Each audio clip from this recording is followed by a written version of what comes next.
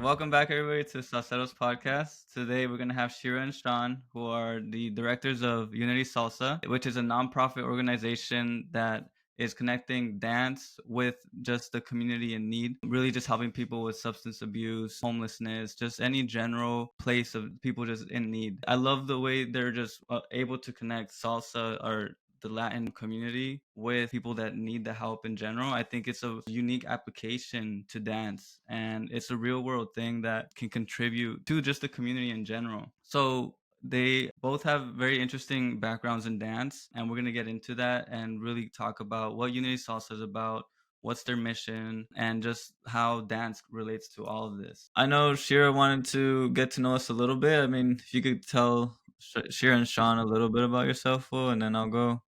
And then I guess I could talk about Antonio too for him. Just like at a personal level, get to know you guys because we're gonna be chatting it up.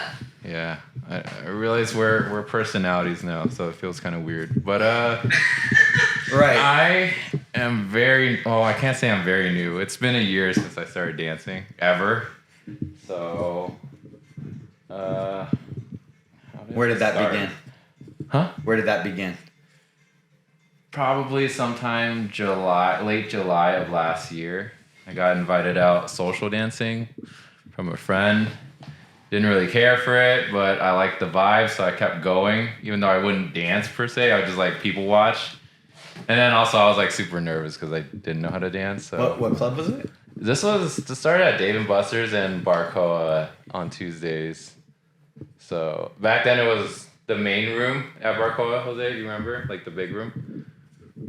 Yeah. That's the place we went. There's a bigger space. It has a downstairs. Yeah, but like that's just the main part. Originally, everything was closed off. It was just like you know how they block it off. There's a room on the other side where all the curtains are at. Oh yeah, I don't. That think we used to be there. Like when I went. That was just one big ass room and really good ventilation. And eventually they closed it off because of the owners wanting to do something separate or something. That's cool decor there, but yeah, probably just wanted to isolate so they're not using up the whole place. Yeah, maybe, but it feels kind of cramped going like up and down stairs and then trying to like. I like dancing downstairs. Was more like dimly lit. So you started about a year ago. You've taken like classes here. You've gone to congresses. You just learned and. For the first 3 months, like I would just go out and mingle and make friends, but I didn't really dance until I took Wednesday classes with Eddie, and quickly he sold me on like joining the team, and I joined the beginner bachata and salsa team, and then within a few months I think I got thrown into the world of like congresses and performing, and it's very jarring, but I also like when I start something new I kind of just want to focus on that and just go all in, just to see how I like, and then see how I'll react, and then kind of like taper back. So that whole year I was just nothing but so you went classes, all the way up to performing in a congress. Yeah, what was the first performance? That was Vegas? No, we did one for our friends and family. Was that sometime in May? Yeah. So yeah, that was my first performance May of this year. Okay. So probably like 6 months or 5 months of prep. And so you jumped in the deep end. Yeah, and I was drowning for a good. Yeah, for the first 6 months, I was drowning. I dreaded going to class. It felt like grade school all over again. Wasn't it a blast though? Looking back, yes, it was, but I had a lot of anxiety. Terrifying. Like you know how like you go to a class where you're ill prepared and you know I didn't even study. Like I'm gonna fail this exam. That's how I felt every single class. But definitely got me out of my comfort zone. Oh, he's coming up. And looking back, I'm eternally grateful because I kind of, in a way, like, yes, I did jump off the deep end, but it's a safe space in the sense where there were so many other beginners that started with me. And now we went from like not dancing at all to social dancing. So it's just cool seeing that growth. And it's cool hearing it from more experienced dancers too. Especially when they first met me, and I just like stood around in the corner like a creep, not dancing, to at least asking people to dance. So that's cool. And then what else happened? Yeah, and then I met Jose, and how we started really was we'd social dance every night, even after practice, right? We pretty much stayed up at all hours. Probably had like 3-4 hours of sleep every day. And social dance almost every single day. And then after the social, we'd rant and rave about what we liked about dance, what we didn't, what we liked to see in the community, what we want to change. And then eventually, Jose told me he always wanted a podcast, but he never, prior to that, he wanted to start it with someone else. And that kind of didn't work out. And it was kind of put on hold, that idea of starting a dance podcast. And one day I said, hey, like, we should just start. Like, we'll get like those little road mics and then start recording. And I think Jose started one day with his girlfriend, now wife, where your first time you ever posted a reel, was that at Dave & Buster's? That was a street interview. Yeah. And that was our first clip ever. Have you seen the first post? Probably. Yeah, I don't know what it was about. It was just salsa versus bachata was the first. Yeah, it was just a lot. It was just different ones. I just wanted to get out there and get it going, you know. So people just like, as soon as we busted out with the cameras, or he did with the mics and cameras, everyone was about it. Like, it's cool. A lot of people want to be like on TV, or not TV, but like on the internet or something. So eventually we started doing podcasts, and yeah, here I am now. Just, I don't know. Honestly, I don't know how I got so deep into it, where, I just wanted to take a different hobby, and now this happened. Cool. And that's super cool. Yeah. Yeah, that's what happens with social dancing. Yeah, you wanna your input? Hi. Yeah. Got Antonio coming in. It's all good. We planned on you coming in. Yeah. We're interviewing you guys first. Yeah. If you're gonna talk to us, we want to know about you guys too. Fortunately, we got started with you last night. I did. All right, so Antonio, as you guys know. Yeah. No, introduce yourself first, Jose. Yeah. No, yeah. I'm just I'm a social dancer. Been social dancing for like 5 years now. Been a long time. I actually started learning from David. Where'd you start? David Olarte at ASU. You were a student there? Yeah. And how'd you pick salsa to start with? How'd you pick his class? Oh, I just want to learn how to dance Latin music. What was the name of that class? This is way classier. Look at that. It's like blue water. Sorry. Yeah, we'll replace our mugs. We'll have our blue. I want both. I want both. Yeah. I'm so fancy. Nobody's gonna buy this. Okay. That's good. No, I just started taking classes with David Olarte. I think it was like Latin. Like an introduction class or hardcore. It was credit for dance. It was an elective. It was an elective. It was just for fun. It was more for me. I was just the kind of person. You thought you were just doing an elective. Yeah, I was just doing an elective. You thought. But no. I knew it was gonna be big. I just was looking for it because I knew they had these kinds of socials. Oh, so you knew you wanted to get in. You saw something. What was that thing is what I'm asking. What got you interested? The spark to go to, you went to a great one, Dave's ASU class. That's awesome. How did you get the interest? No, I always wanted to learn. I danced cumbia with my family in Mexico a lot. I love dancing. Okay, you were already dancing. I was already dancing. Yeah, I mean, I like taught myself how to dance most of everything that I know, aside from like Latin, like salsa and bachata. And I knew I wanted to do partner dancing for sure. I would see the videos online. And like I started doing it, and I just like never stopped. It was just always something I knew I wanted. Cool. So no, but like going to my first social dance, that was insane. I just thought that was crazy how this actually existed. Where was that? Yeah, and when? What year was that? It was actually one of the. No, it was actually one of the ASU socials. They have some socials going on. I would just dance with my classmates. I'd dance with the people that were coming in from the school because they promote it. It was just always fun doing it with friends. So did that, and it it was what I expected, what I dreamed of, you know, and it was crazy to me. Did you also perform or do any of the? No, I didn't care. I didn't care for performing early on. If anything, I was like I was a bad student, I guess. I just wanted to do things my way. But I started performing more towards the like a few years later. I think like 2 years ago, 1.5 years ago with Que Candela. But I only did it because that was part of their like system, you know, like they want you to perform to be, and it helps you with your dancing. Huh? Was that their teaching path as you go to the? Yeah, they want you. They at least back then they I don't know how they're doing it now, but they really wanted you to be a good dancer. So not only a social dancer, but also a performer. I think that's more of a complete like approach and fast track.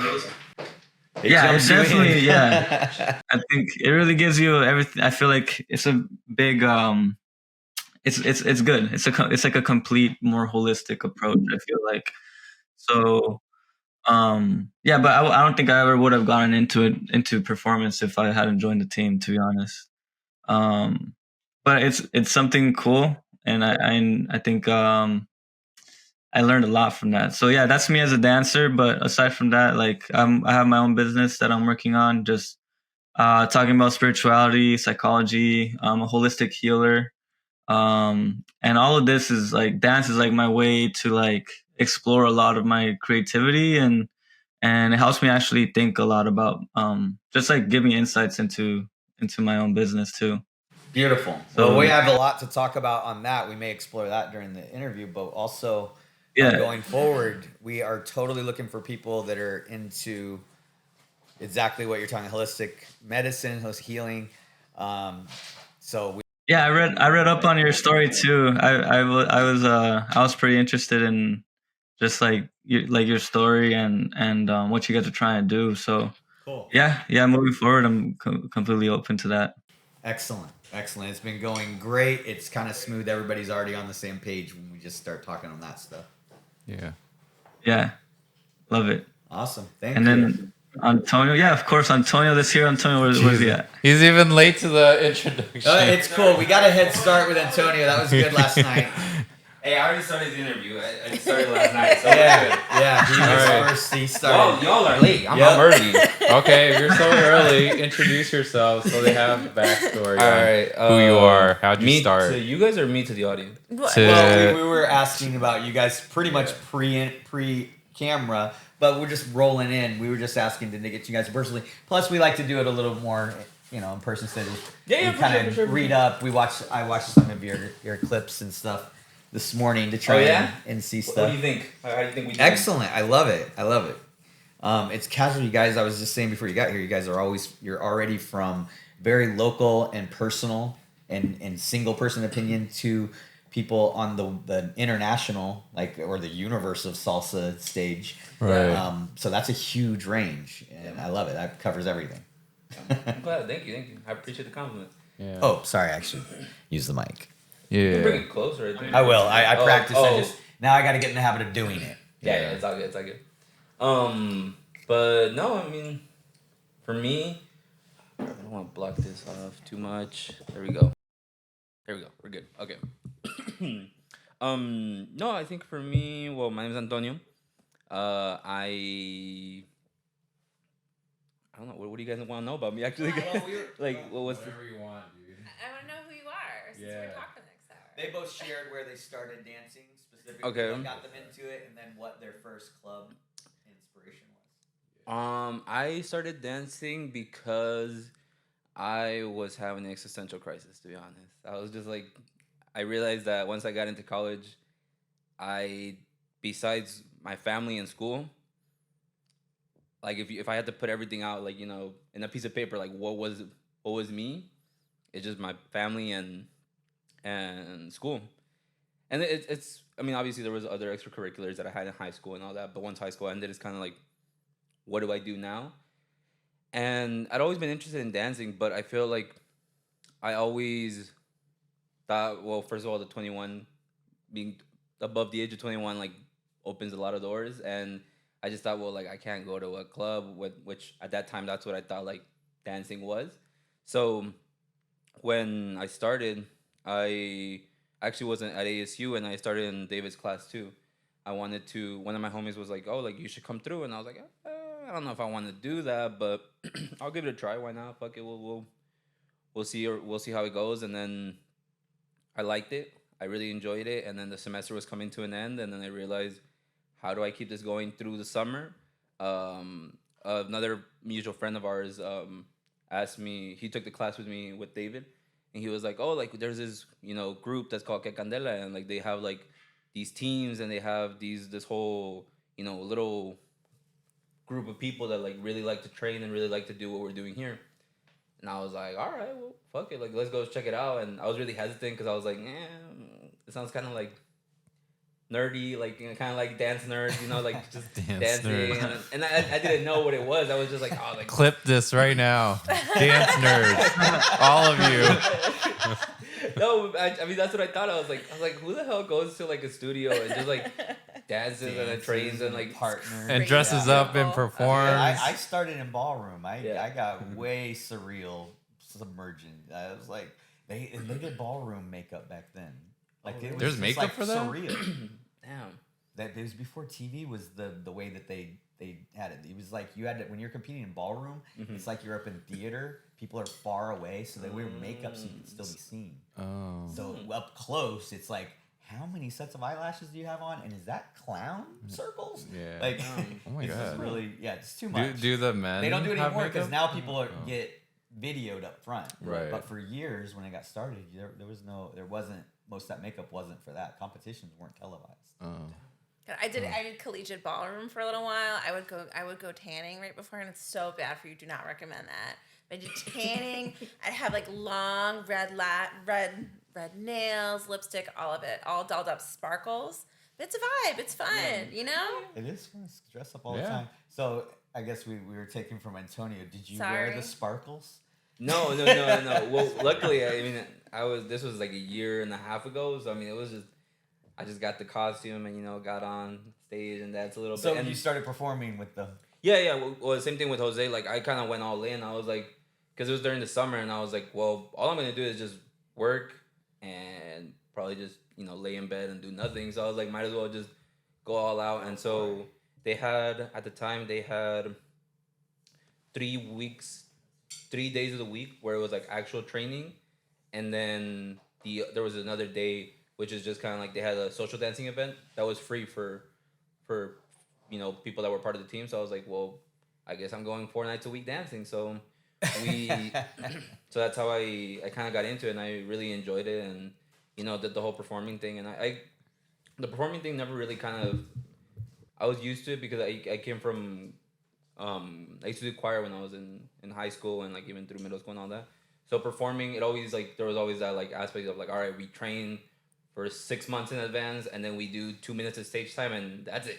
And I was like, so that idea of like, oh, like doing this repetitive, and then you have like your exam or your final, your whatever you want to call it, like the presentation. That one seemed like I was like, oh, that makes sense. It's a good structure, to kind of have a goal in mind. So I liked it. I was like, all right, like let's do a performance. Let's get it done.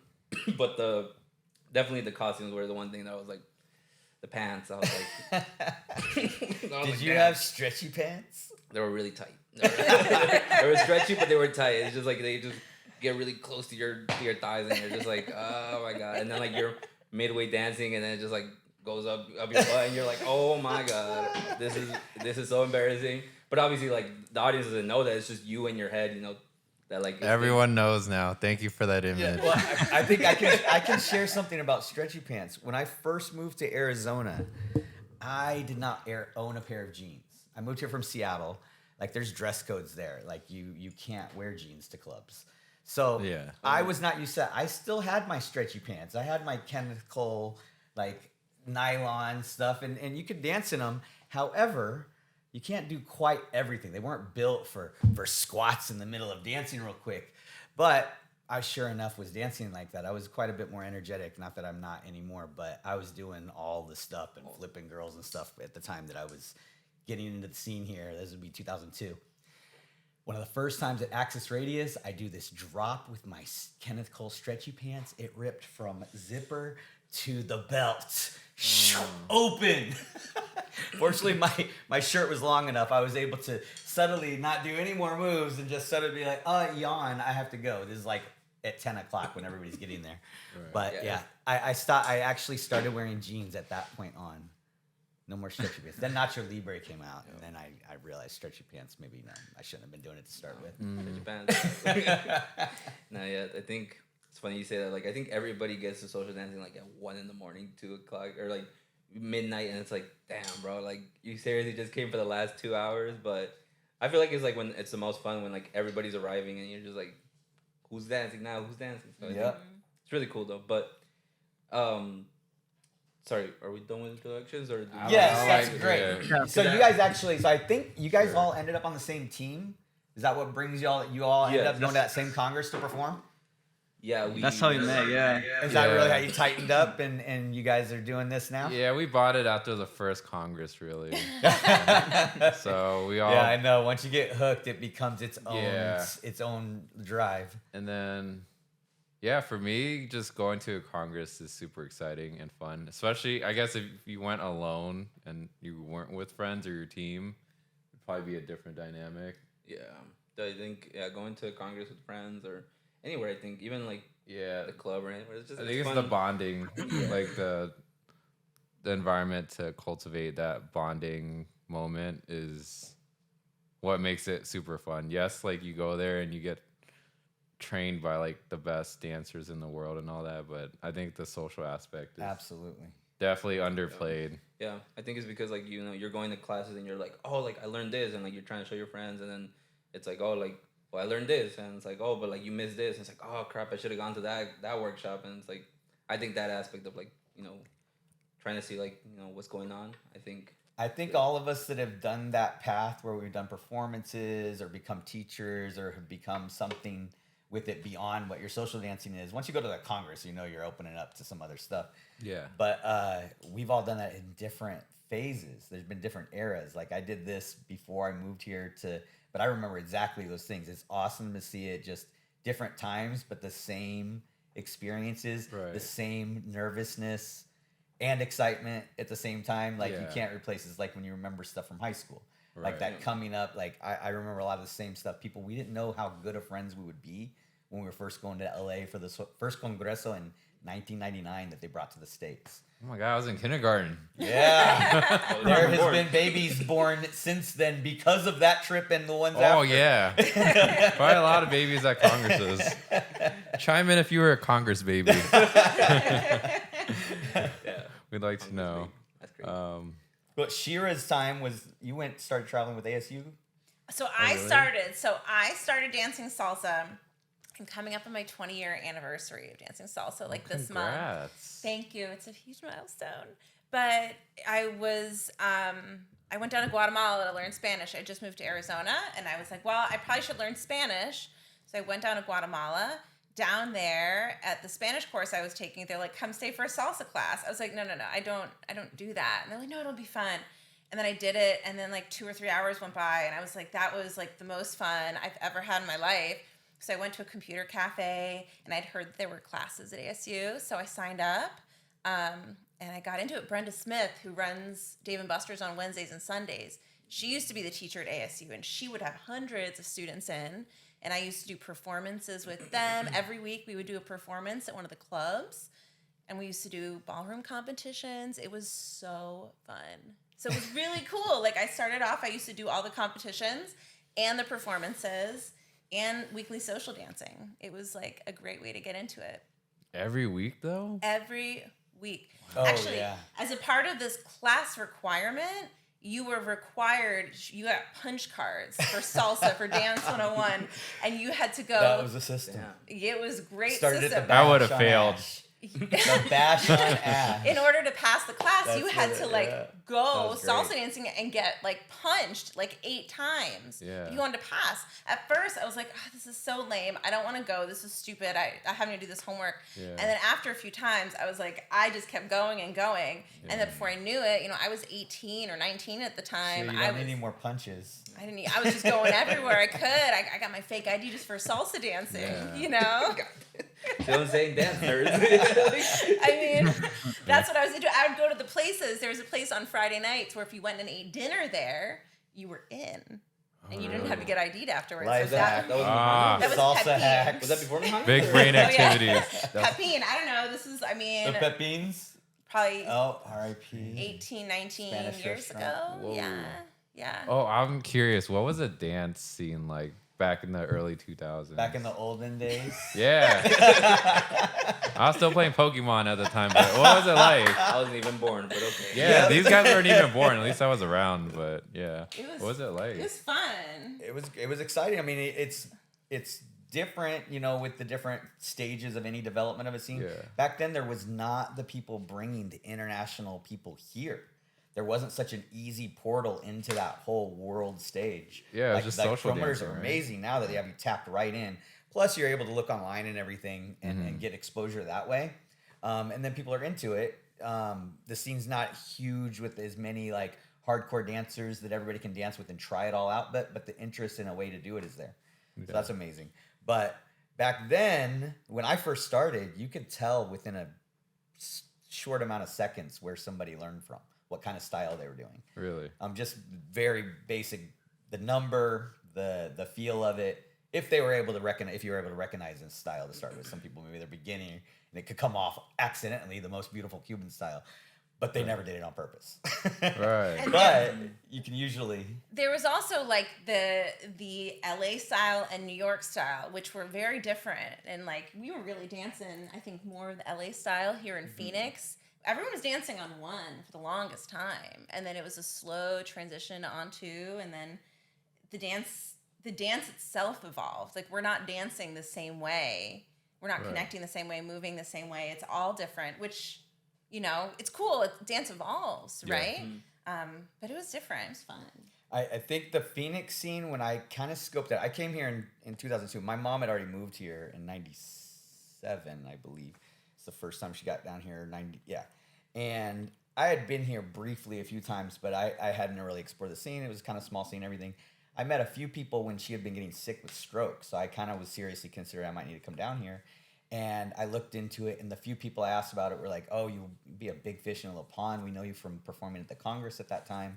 Wow. And I was like, oh, great. Like, that'll help me feel confident I get started. But those people never showed up. It wasn't really, if you're already the best person in the scene, you're not going to be going to the classes. Yeah. You know, and that's what the scene was here. So they were good enough. Like, I had to teach beginners. So that was a process. We started a social and started going from the reverse of what I did in Seattle. Seattle, I started at the advanced level, teaching people to throw girls up in the air, all the way back to barely teaching beginners. I would just send people to other classes. Down, you know, I got to Phoenix, we had to start all the way from the beginning. And then just start beginner classes and work our way up. We did a performance at the Congress with they started taking student teams, I believe in 2003 or something. We took one, Circo de Salvaje. We did a circus performance of all different stuff. But with the costume, it made it still fun, but we were just getting Phoenix on the map there. There was also Harry Fry at the time was bringing a team over. I think they performed the same year. But we were getting on the scene back then. So it was really exciting for people to go out of town and meet people all of a sudden from out of the world. And at that time, you couldn't preview them online. It was there was like no somebody from the other side of the cameras, earth that you never saw coming. Yeah. I won a dance competition in Palm Springs, Jack and Jill style, with a girl from Turkey. Help me if you guys can find her. I have no idea what her name is. There's letters in her name that I don't even know what the letters are. Yeah. It was so different without social media. You think it's like how do I know what's happening this week? You like, don't. I go on Instagram and I just start like going through stories and trying to find what's up. Like, I don't know, we used to do flyers on cars, but it was like big word of mouth. Like you knew, at least in the local scene. Right. The picture somebody sent me from back then, we had these little mags, zines, they'd call them zines. That was your memes. And people would hand it to you. It might have some advertisement. Literally, somebody sent me a picture of it. I can't believe I'm saying this. It was in black and white. The picture of Missy and I performing at the Crystal Ballroom in Portland, Oregon. That's crazy. All right, let's backtrack real quick because you did mention Seattle, right? Mm-hmm. So what are you, now that you've had intros about all of us, give us your introduction, your background. Okay, start with me? Yeah. All right. So you started, you hinted already. Okay, so I got into dancing in Seattle. I grew up in Kansas. I was starting my journey around the world, wanting to go to Portland. My mom happened to be wanting to leave town at the same time with my little brother, and she found a nursing job in Seattle. I thought I'd be there for a minute and then go down to Portland with my original plan. I knew some people there, and then make my way around the world. But while I was checking things out in Seattle, it was a lot of fun. I was 21. I was just new to everything in the adult world. I started waiting tables at an Indian restaurant. The manager said I looked close enough. It's like, I'll take it. Wow. It's hard to get a job as a young man. If you're a cute girl, it tends to be more likely to get a serving job. Right. It was tough. I got turned down left and right. I was like, when I heard that, I was like, yes, is that racist? I'll take it. You're Indian now. Whatever. I love Indian food too. I learned a lot. Chai for breakfast every morning was amazing. Yeah. I love to make sagwala and some masalas. But anyway, while I was doing that, I also answered an ad in the paper. If you ever remember, you've heard about these things, papers you could read in person. And it was no experience necessary for dance instructors wanted. It's like, what? I used to go to raves. I can do this. And I go and check it out. Yeah. And every job besides the serving job, even serving is a sales job. Yeah. And the lady, even in her weird ballroom way, and her lips went weird, she was like, why do you want this job? And I'm like, well, it's not a sales job, and it's so different. I was going to go back to computers. I was certified for Novell NetWare, is what I thought I'd go back into while I'm in Computer Town of Seattle. But I'm just trying stuff up before I get too stuck on something. And I tell her, not a sales job. She's like, oh, it's not a sales job. The first day after they officially hired me, sales training. It was ballroom notorious in the whole scheme of how they do it. It's a sales pitch during the special, but there are a lot of good ones. So I'm not actually saying it's a horrible system, but the ones that don't know how to actually teach a whole lot, all they have is that sales pitch. So that's what we were taught to do because we didn't have experience. But I did learn technical stuff. I can attribute a lot of the ease of learning without instructors to teach me salsa. I learned how to break stuff down through this good friend of mine now, Bruce Bagby. He taught me how to break down stuff just by watching people and look at different parts than just steps. And then that's how we used to just take the videos that we get from salsa, learn that. A couple years in, basically because this guy, Claudio Vasquez, got me into salsa. We were going to swing dancing at Club Bahio every Monday night with our ballroom friends at the time. And we got good at dancing. We were getting training in all different types of stuff. I was doing tap and jazz and ballet, and not a whole lot of ballet, but every dance that came along, trying them out. Hip hop.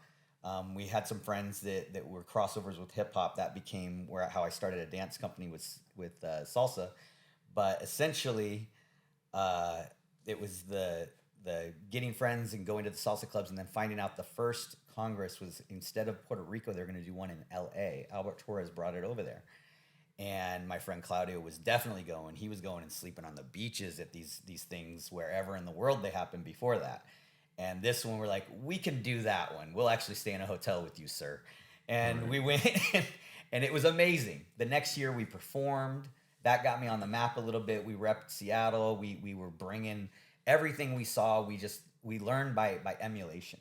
We'd see people do it and try and do the same thing. And that made us develop our own thing. We were having a lot of fun. The camaraderie, the pioneering of it was great. We had no idea what we were doing, and it worked great. It was a lot of fun, and of course, we didn't know how hard we were getting into dance, and we became like serious dancers too about it.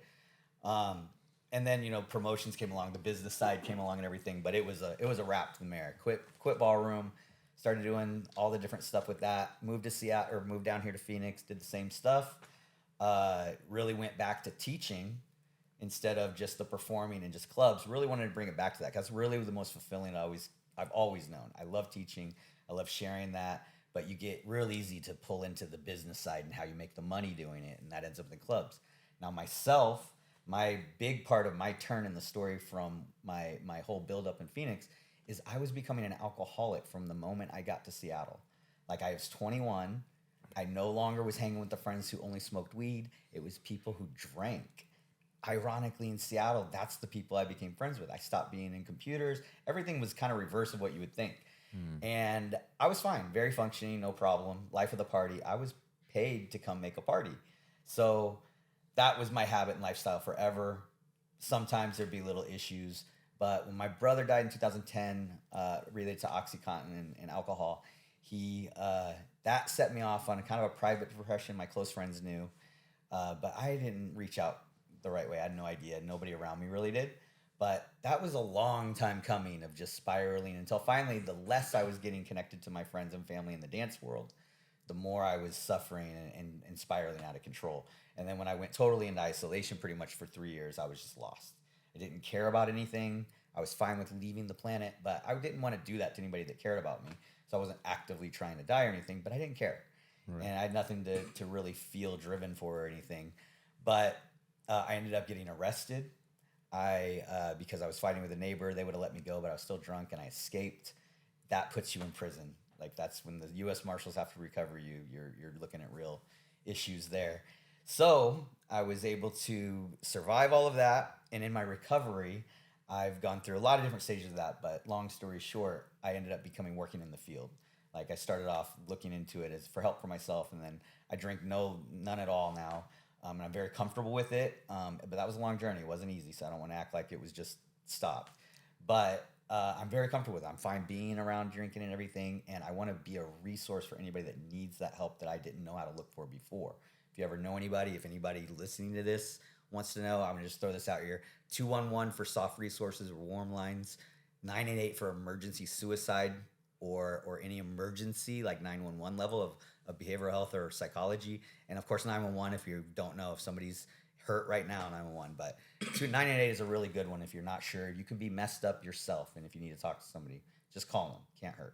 There's other things out there there's a lot of the services that we'll talk to if people want to know about, if they need help with somebody. I would recommend very much reaching out and talking to people about those problems.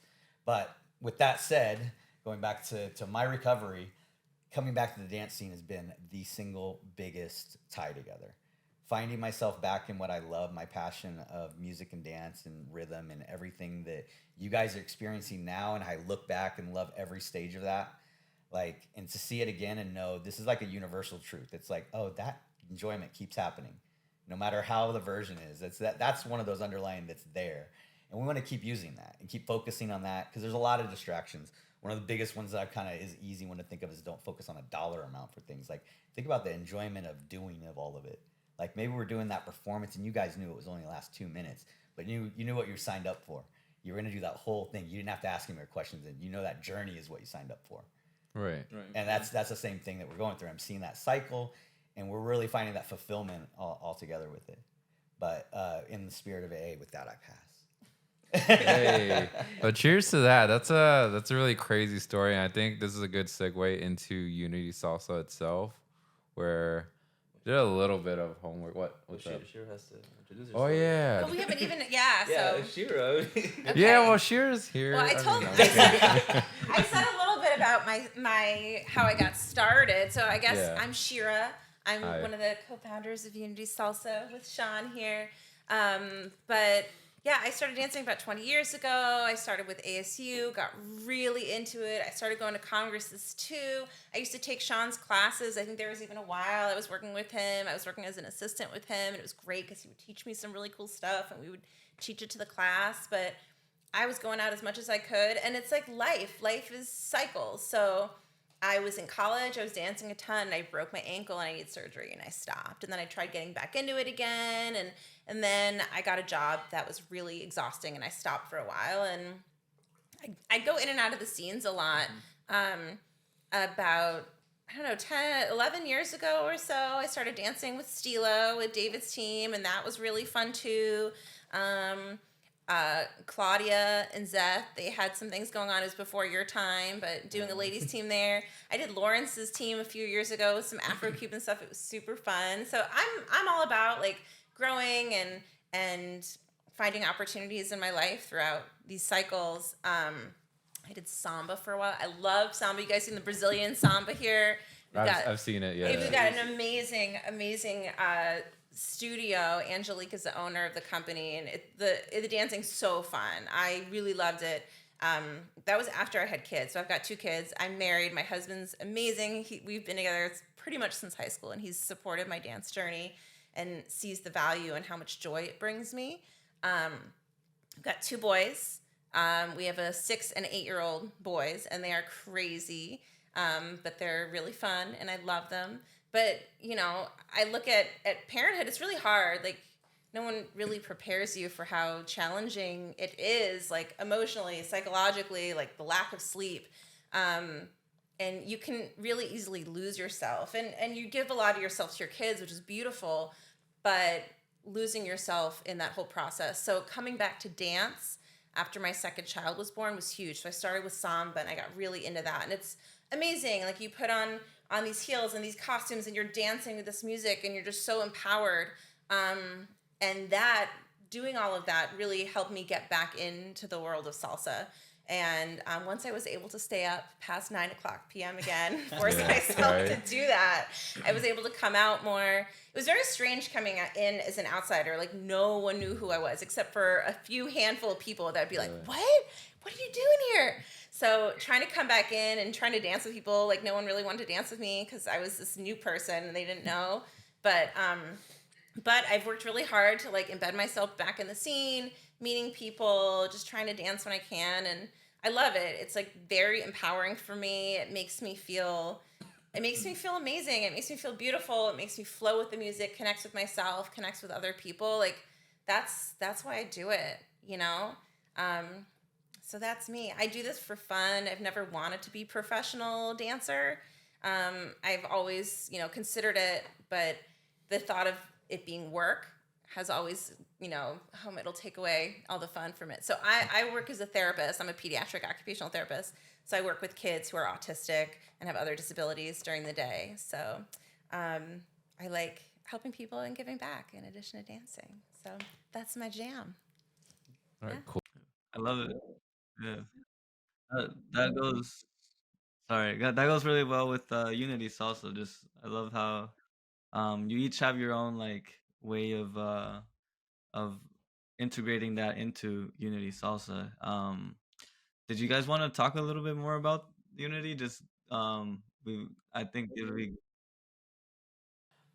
Well, so originally it was straight up Unity Through Salsa, and we kind of went back and forth. We still use that. If you see it in the website, but that was the theme to the congresos. So when Albert Torres, he was partnering with promoters to do the Congress in Puerto Rico until then, and then they brought the first one in '99, and the motto was Unity Through Salsa, and it fit perfectly. The symbol was a world outline, and really that was the first time I've experienced anything like that. I mean, even after visiting New York, you can experience so many cultures so quickly.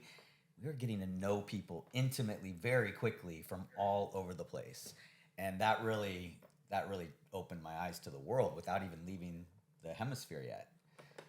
So that was amazing. But that truly was Unity. They were doing stuff for kids programs. They were bringing all different dances. It was really unifying. That's what really sold me. I was seeing guys slide under girls' legs and jumping up behind them and flipping her, and then other people from New York were doing the tightest turn combinations perfectly on time. You didn't know what they were doing, but you knew they did it exactly right.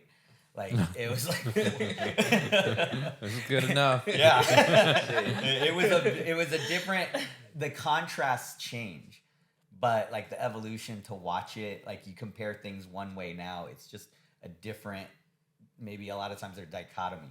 I've gone through a few different stages. One of them was I started in ballroom and then learning street. We were bringing them back and forth, both sides talking schmack back and forth. The ballroom dancers saying your street dancers have no control. They're so sloppy and dirty. I'm like, that kind of sounds good. And then the people on the street are like, hell yeah. are like, man, the people in the bar, you got to stick up your ass. Like, what is, these guys don't know. They don't have any soul. And they were right about that too. But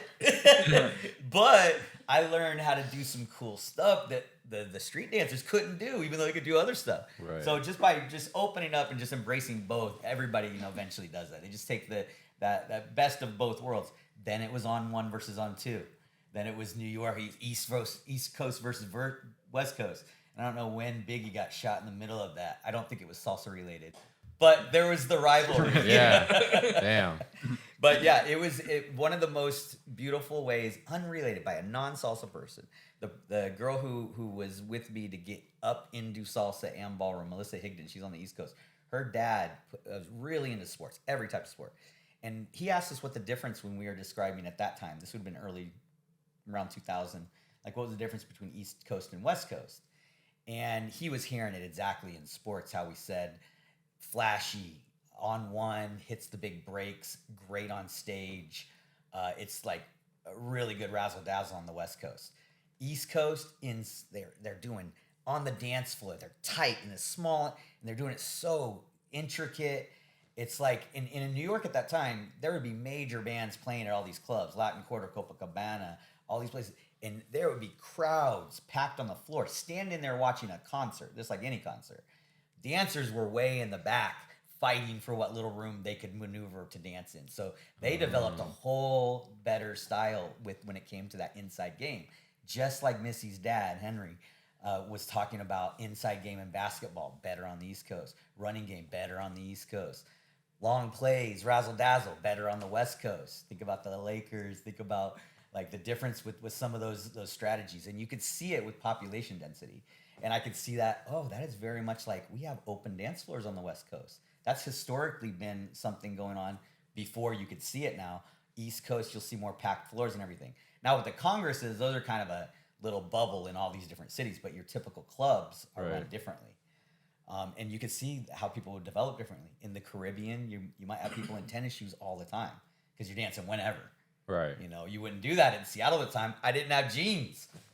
Yeah. Back to jeans. Jeans, bro. Yeah. So for Unity Salsa, let's talk about that. Yes, back to Unity. So Unity Through Salsa, bringing that all together, because even now it still comes back to across time. It's still the salsa is kind of by definition a bunch of ingredients, and we're kind of taking it back to the rhythm as a tying factor on the dance and music side, but the whole community, the whole fulfillment that we have in the interactions and the process of what we're doing. Even if your goal is to win a competition or to get a really tight performance, the whole time you're building other things too.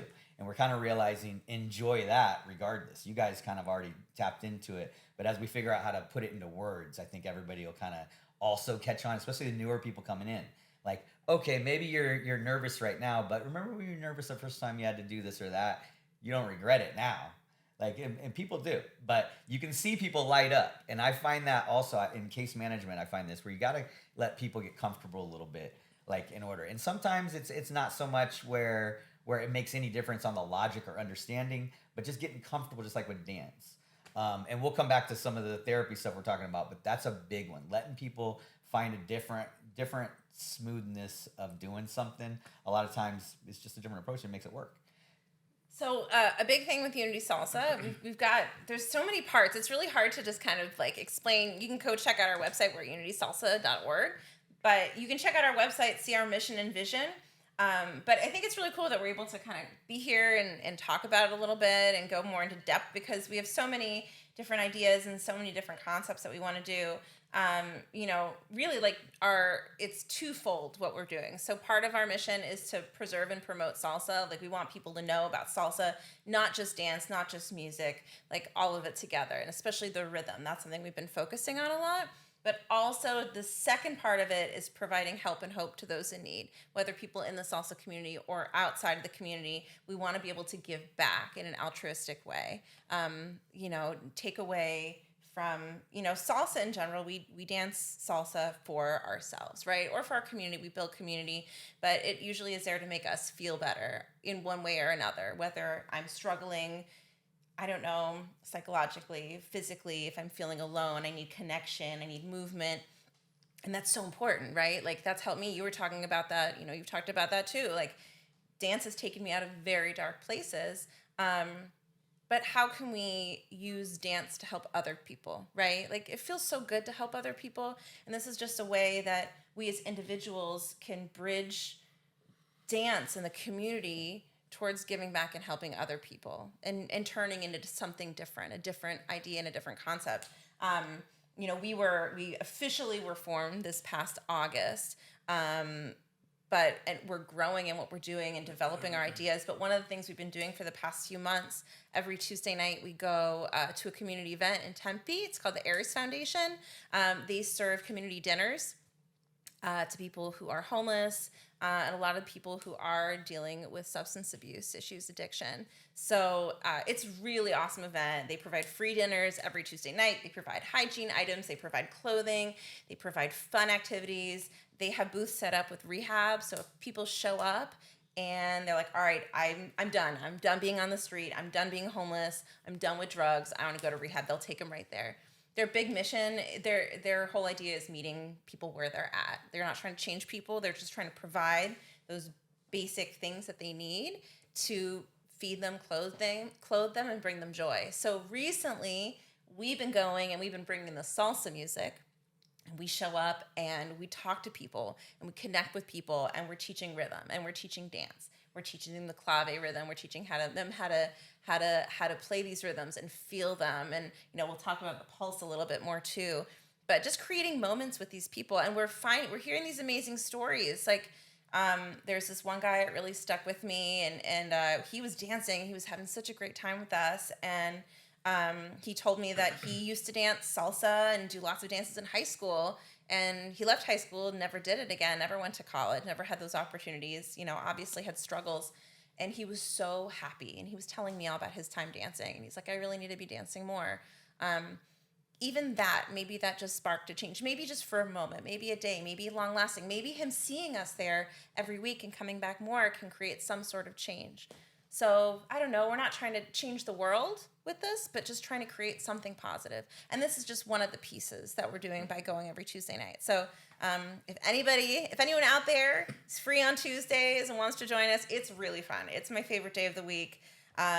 Even though I'm giving on Tuesday nights, I feel like I get back so much more because it's so fulfilling. If anybody does want to stop by, 4:30 is a good time. Like I'm literally last time I taped 2 green bean cans together and we scraped it with a stick.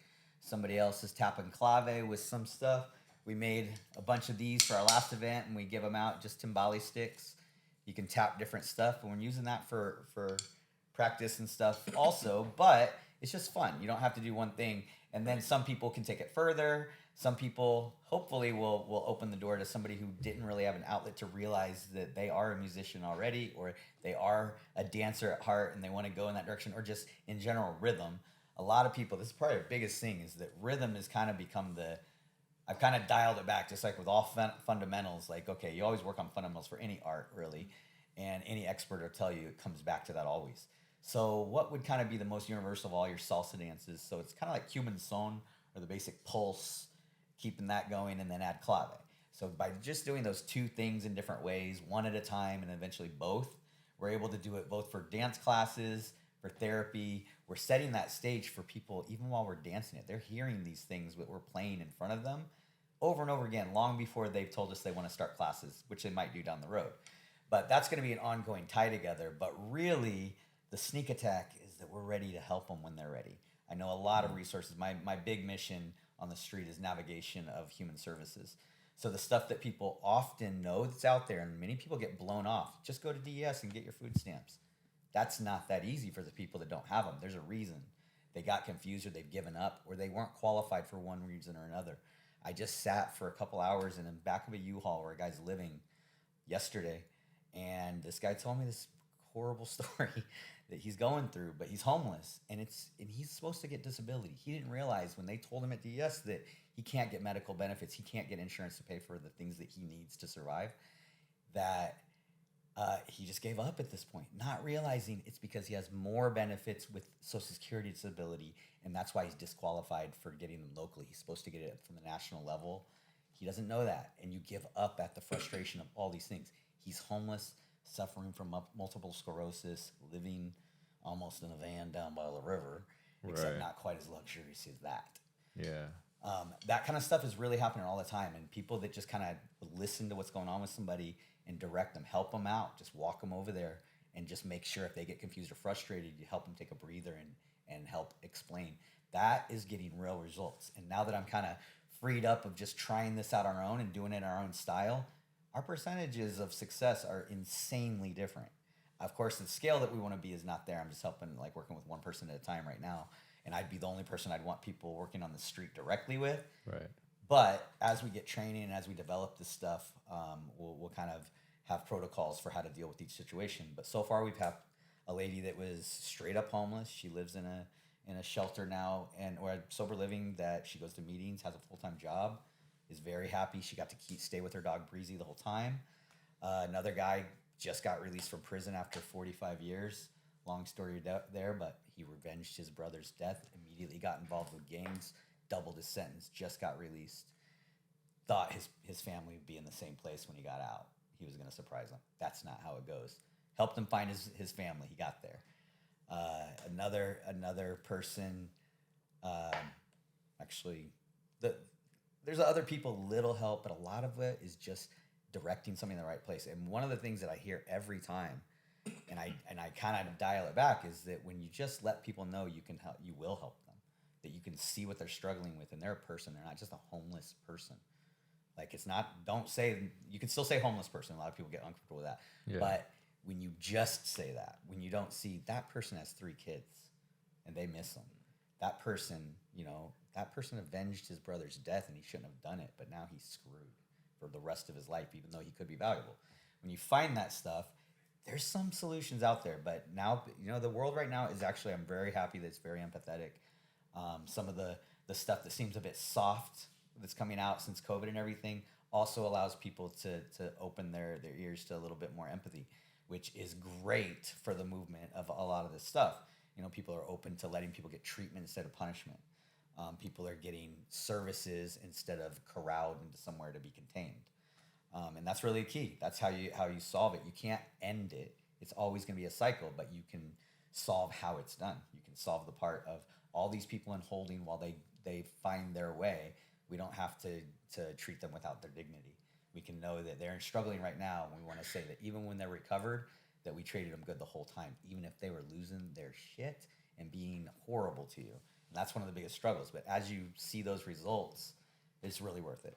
So we're combining it back. Basically, our 2 passions. And anybody that wants to help us, we're going to keep looking to grow it. Because we're talking anybody who just struggles with themselves, who just got sober, to somebody who's a doctor. We meet with all these people on a regular basis. Every politicians to people that are about to die and do die. I've lost dozens of people. It's real. But we also have seen giant increase. People going literally from homelessness, not caring if they're alive, to stopping saying that entire way of talking. And just by giving the hope. So that help gives them hope, and then they're able to, basically, our key is to facilitate. Just offer help to get there. Because people have to do it themselves with all this stuff. But we just help them. And it's fun doing it this way. We find fulfillment. We're rewarded instantly. Like, it's just the focus takes care of itself.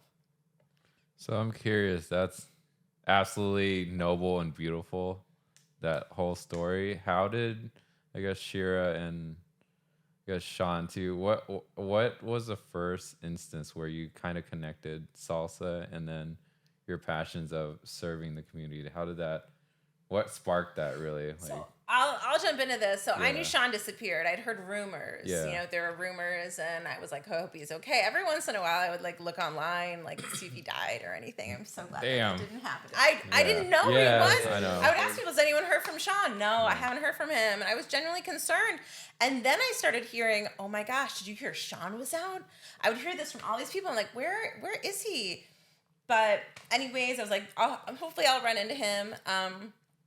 Last spring, before I connected with Shawn, I created this OG Salsero Park meetups, because all the friends that I started with when we were really young, they've all got kids now, and a lot of them are married. A lot of the Salseros ended up getting married. It was really nice, but like we hadn't seen each other in, gosh, so many of us, at least 10 years. So I did this get together at a park, and there were probably 50 of us that showed up, all with our kids. They were running around playing, having a good time. There were a few people there who were instructors who at one point who had trained under Shawn and, were connected and had heard. But then one friend, she had run into him, and I said, I would love to be connected with him. She said, I have his number. I was like, oh my gosh, this is so cool. Let's do it. There really wasn't anybody dancing from our era. It was like me, So the notion of connecting with him, I didn't have any expectations. I didn't know where we were going to be. But we texted and met up one night at the Deuce, and we just started dancing. And then we just kept dancing more and more and more on the whole night. And I was like, oh my gosh, this was like the funnest dancing that I've had in so long. And we started talking, and he was telling me what he was doing. And then he had like mentioned, the more we were talking, getting together, he kept talking about this nonprofit. I was like, all right, you do that. Like, that's you. But then he started like talking to me more about it. I was like, all right, well, that's a cool idea. Like, I'll support you doing that. And then we talked more and more. I'm like, wow, like this is actually really cool. And I do want to be involved in this. Like, let's do it. And then throughout the process, something had come to me. I decided to create a dance event. I'd never done anything like this before. I'm like the most risk averse person out there. Like, but Shawn has helped me learn how to take risks. Not if you count her whole life. But I wanted to do this dance event. He's like, let's do it. Let's do it with Unity Salsa, Unity Through Salsa. We were still figuring out the name. We hadn't even really created our mission then. It was all in our heads. We were working at getting on paper. And we created this dance event, the Unity Through Salsa event. It all fell into place. Like, I know. Just everything just falling exactly how we would want it to. So it happened in August. It was a great event. We provided childcare, which was so cool. I maxed out at 20 kids, and like it was like 24 kids that showed up just in the childcare room, and the kids were running around, dancing, having fun. The parents were there. It was so cool. Like my husband, like A, he goes to bed at like 9:00 at night, and like B, like someone's got to be home with the kids. So it's impossible for him to come out dancing. It was so cool. You'd have all these parents that could bring their kids. Their parents could watch them dance, and they were able to dance together and be with their friends that they hadn't really hung out with in so long. So that was like, our first big event, and, we're working on planning on doing more kind of wherever the wind takes us, whatever happens. I find that everything really has happened very organically with this whole process and things. I don't know. I think serendipity is really like a real thing. You start in one direction and you feel like, maybe you're lost or this didn't work out, but then like out of the corner, like something else happens and you find this other connection. Like, it's pretty crazy, but I feel like that has really been a big factor for us. And we're just chugging along and having fun with it and meeting people and just exploring. Yeah. I didn't get to attend, but I know one of our previous guests, I think it was Flo, who mentioned, he's like, especially even for me personally, as I get older, I don't want to stay out past 7. It took everything out of me to like, actually. You were really leave. young to be saying this. It took me a long time. No, I'm 30, believe it or not, but still, I feel 60. And it wasn't until, even though Antonio texted me yesterday, hey, are you going out to the social? And responded like an hour later because I was actually power napping and mustering up the energy and courage to go out. And then I had a friend that was traveling across America, and that was pretty much the main reason why I even showed up yesterday. But no, the fact that you're organizing, more daytime family-friendly events, and especially your mission statement is very, I wouldn't say enticing, but very powerful and very convincing. Yeah, I think more, like you said, parents or more family-friendly events would be very welcome, because something that we're really working towards, and we don't know how this is going to crystallize, but we have done a good amount of work towards doing stuff in parks. Okay. So we'd like that to somehow connect with live music. We can talk about that later. but just doing stuff in parks where it's open to the public, just being visible for people to have. Arizona, it's sunny all the time. We have water places and places outside that we could do this. It would be amazing just to have parks all the time that have this going on. Like it's just open to the public. It's a normal thing that people know how to do because you can do it with really no expense. Yeah. A lot of times, even us, our tendency is to compare what we're used to seeing all the time. Like all the salsa stuff is in nightclubs. Like I think you were saying earlier, like that's what I always thought. Like everything I wanted to do had to be literally alcohol fueled. And had to sell alcohol somehow. Even to make a good event at a hotel, I needed Bacardi was one of my favorite sponsors ever. So easy to work with. They got enough money to do it. It was already associated with salsa at that time. And then other people will get into it, but then it becomes a business. It's hard to do it that way. But we don't need all that money if the community just agrees they want to do it. We can just get together. Right. We're going to facilitate that. There's little bits like maybe grant money to do cultural things in the parks. Sure. We also have different aspects of that. We want to preserve and promote. So also recognize everything where it's been, help the new people know the evolution of it. And it also helps understand how to do things. Like now that we're dialing it back to teaching with just like the son basic or the clave based dances that way. And then you can just kind of add or subtract steps to it to do all the different styles or change to your break step on 1 or 2 or on 3 if you want to dance cumbias or something. But whatever it is, like it all has a commonality. It's all that same music, whatever you're dancing to. That music's on, so connect to that however you want. And we're finding a lot of ways to do that. Like it's just, I mean, even if I start going on one subject, you can see how they interconnect. So we're just finding those tie-ins, and it's smooth. The easier we find the commonality, and that's really true for all of us. Like one of my favorite, I come back to this all the time, the multicultural, the best of all the worlds and combining it. I always think of Constantinople being one of the first major successful international cities in the world. And their secret was diversity and just embracing that. And that's really the fun of it. A lot of people, we know that. If you never dance with somebody from the other side of the world, you don't know what that's like. And it's like, once you do that, you're like, I'm not afraid of that person. I need to know them more. Right, yeah, and dance is a universal language where you can travel across the world, and as long as you keep saying timing and basic, you guys are insane. It's universal. I mean, yeah, this is something we can send off on a rocket in space. Yeah. They'll be like, they were civilized. Yeah. There's a lot of good points here, especially tying to community, because when speaking about dance, at least right now, the current culture is very restricted to, for example, like the nighttime socials. But we like at least as the Sauceros, we really care about sharing this thing called dance that allows us to just connect with people, breaking boundaries, creating meaningful connections, new ways of new relationships, and I think you guys are doing the same thing here where really creating that environment so that people of all different backgrounds can meet, because it's actually really hard to do that, like how do we do that as a community, and I think dance is one of the best ways. So really thinking about creating community, because from community we gain a lot of strength, we gain a lot of we grow, we expand.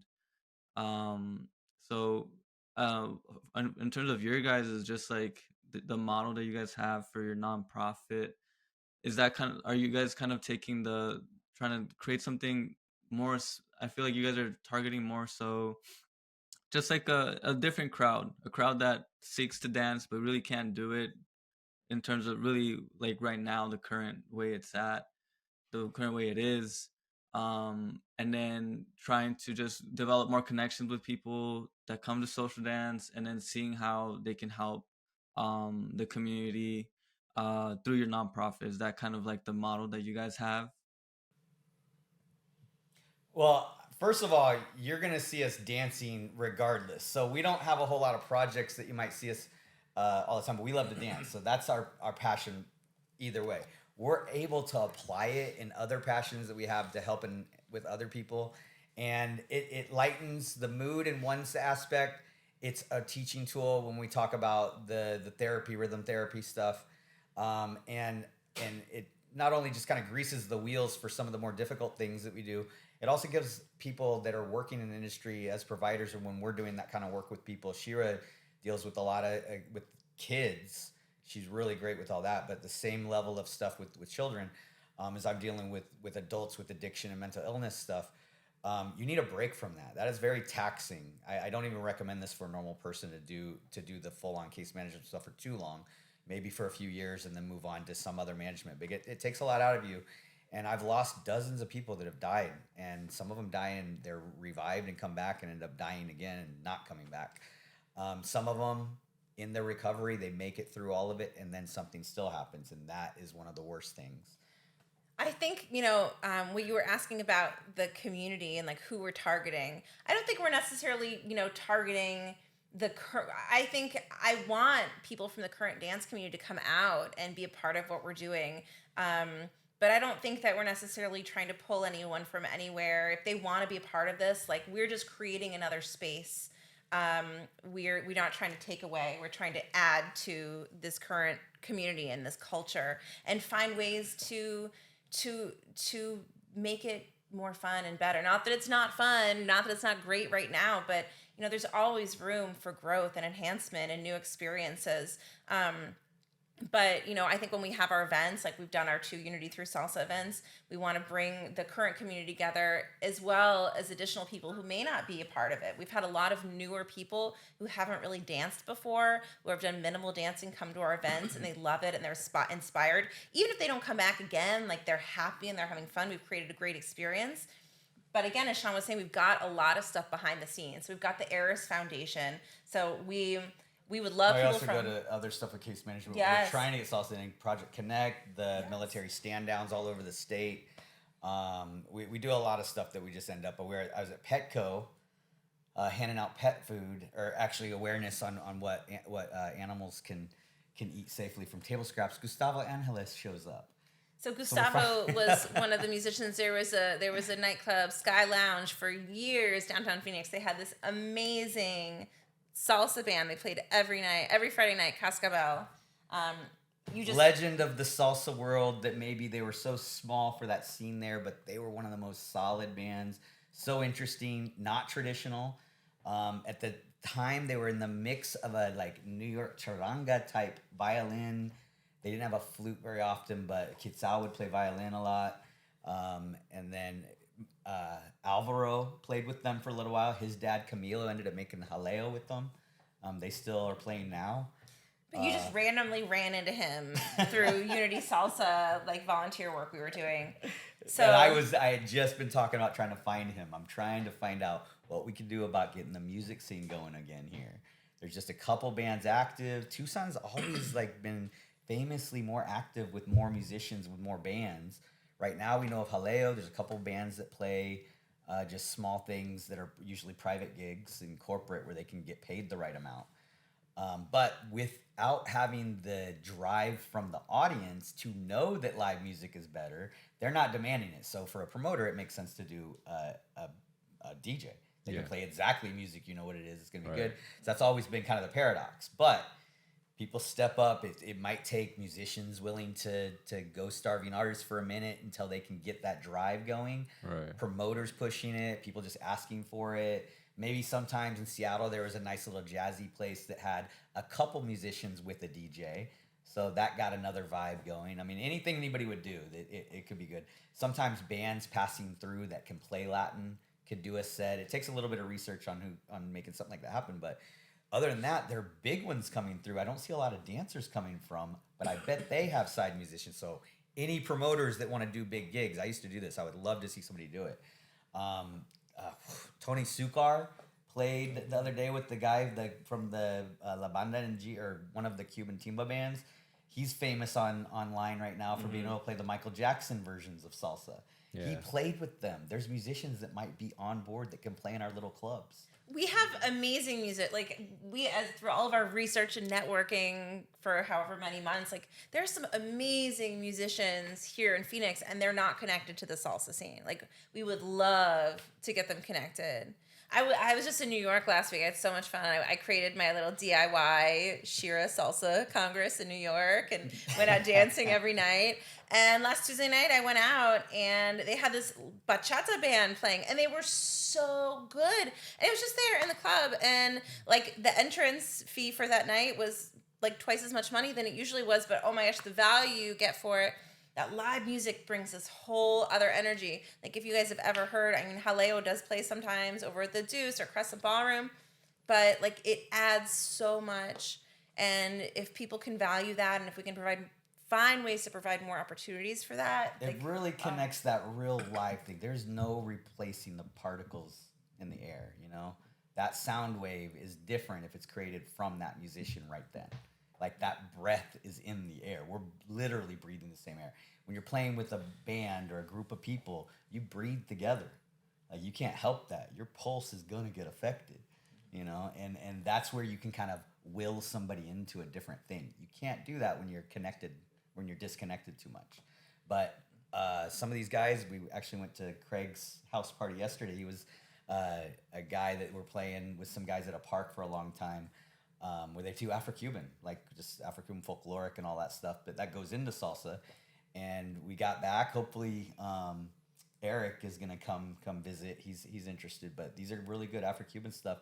They weren't necessarily salsa people, but the same therapeutic. These guys are also naturopathic industry, or whatever we call it. Industry doesn't even sound like one of them is a naturopathic physician, and one is an acupuncturist. And this is stuff that already is in alignment with therapy they've been doing for decades. And so just doing it where we found enjoyment and entertainment with it, we already are equipped to use it for bigger purposes. I have a question on rhythm and how that could tie into healing. Can you elaborate or explain for people who don't know, mainly me? She's an occupational therapist, so she could probably give you the best explanation. For rhythm? Well, you know, kind of you're more, you know, the clinical side. I'm coming a little more layman side. I mean, I use rhythm like not very specifically when I work with my kids. You know, most of the kids I work with are autistic, but I do a lot of rhythmic kind of things. It's very calming. You know, I've even done some trainings on it.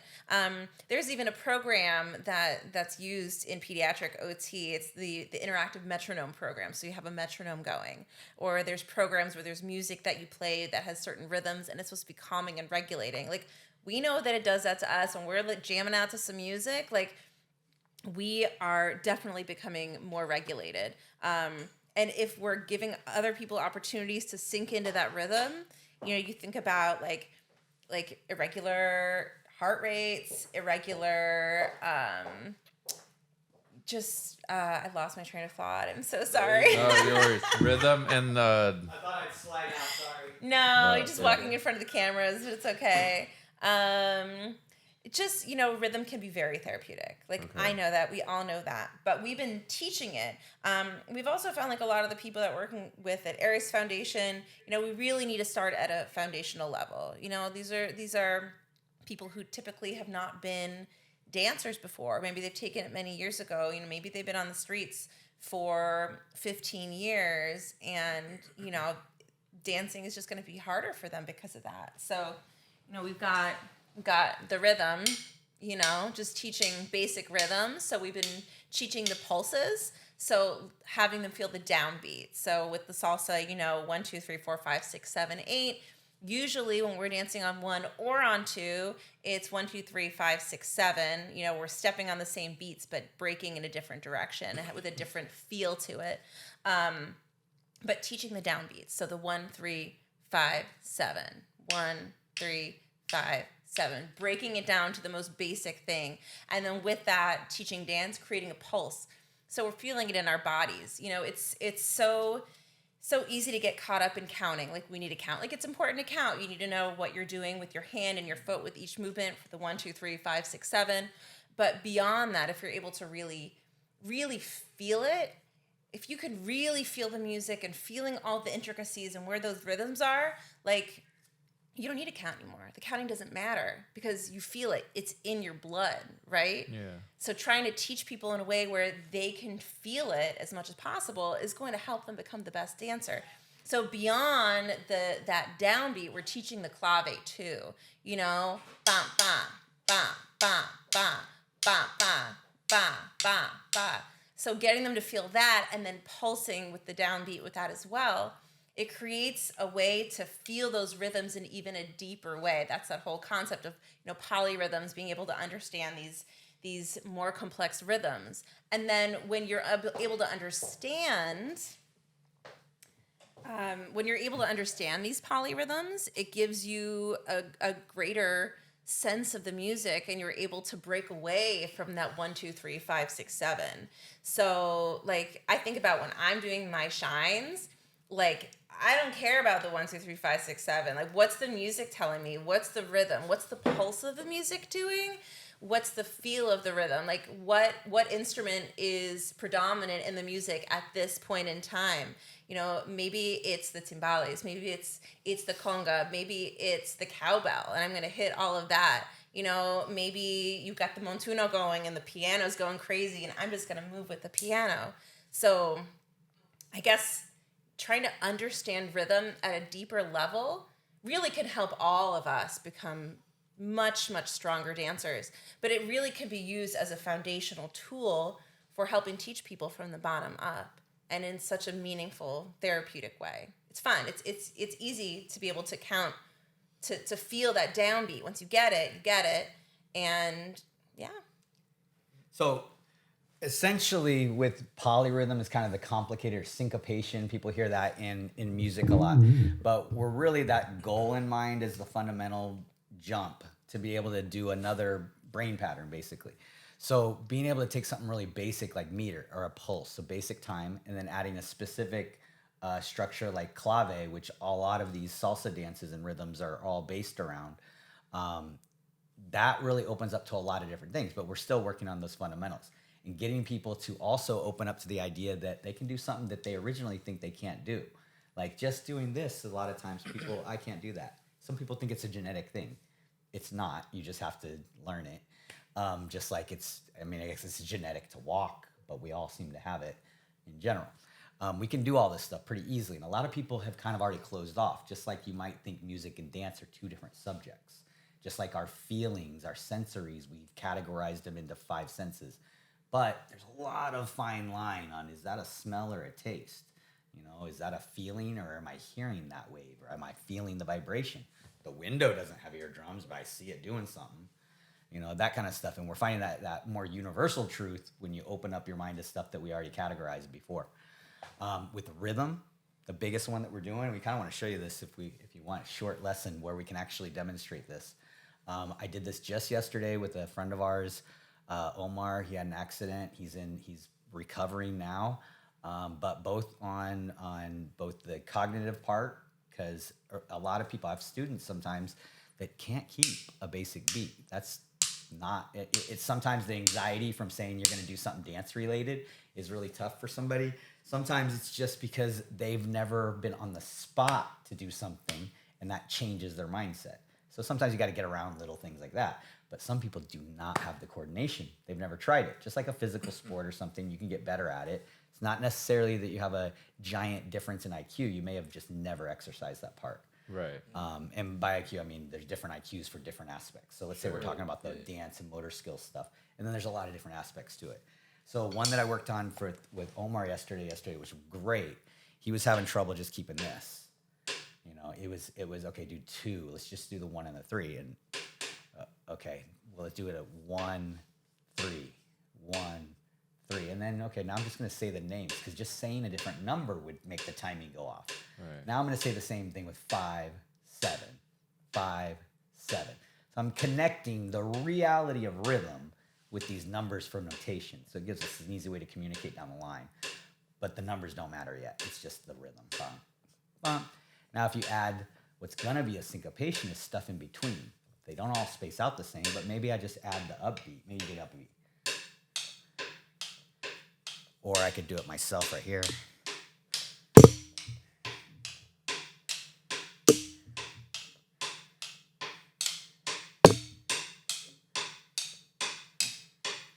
So basically we're keeping a syncopation at the most basic level with the upbeat. Then if we add one little other half beat in there, we'll end up with a bomba, and that's going to be in between. So we'll do up and down beat again.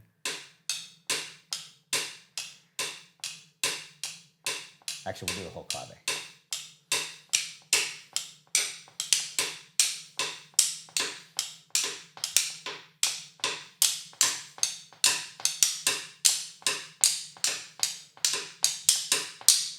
Cool. So all of those, we have 2 that land on downbeats, 2 that land on upbeats, and 1 bomba lands in between 2 of them. So those things, it's kind of like going in quantum physics or quantum theory, where you have on or off, or it is or it isn't, and then the possibility. So that when we're hitting that middle, we're hitting a motion really as a click. But you can do that with your body movement, and it's an easier way to find that rhythm. So we're crossing over our senses. Maybe we're doing That's the same for music if you're trying to get that downbeat or you're dancing. And a lot of times I don't like to see dancers not have this. No, I'm going to do the steps. Right? Sometimes, what about the rhythm? Like, is that even clave that you're concentrating on? What are you doing? 1, 2, 3, 5, 6, 7? All right, let's find where that would tap into the rhythm and put the value on that.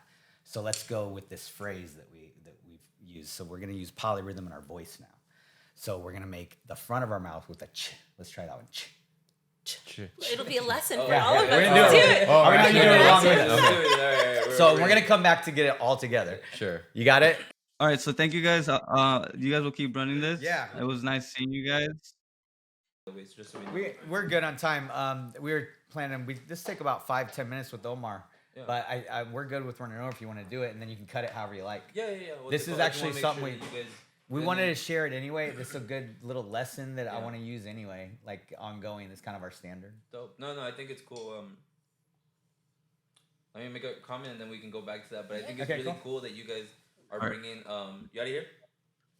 All right. I'm heading out. Thank you guys. Peace out. See you, Jose. Goodbye. Jose. Oh no, it's gonna keep on recording. Okay, we're good.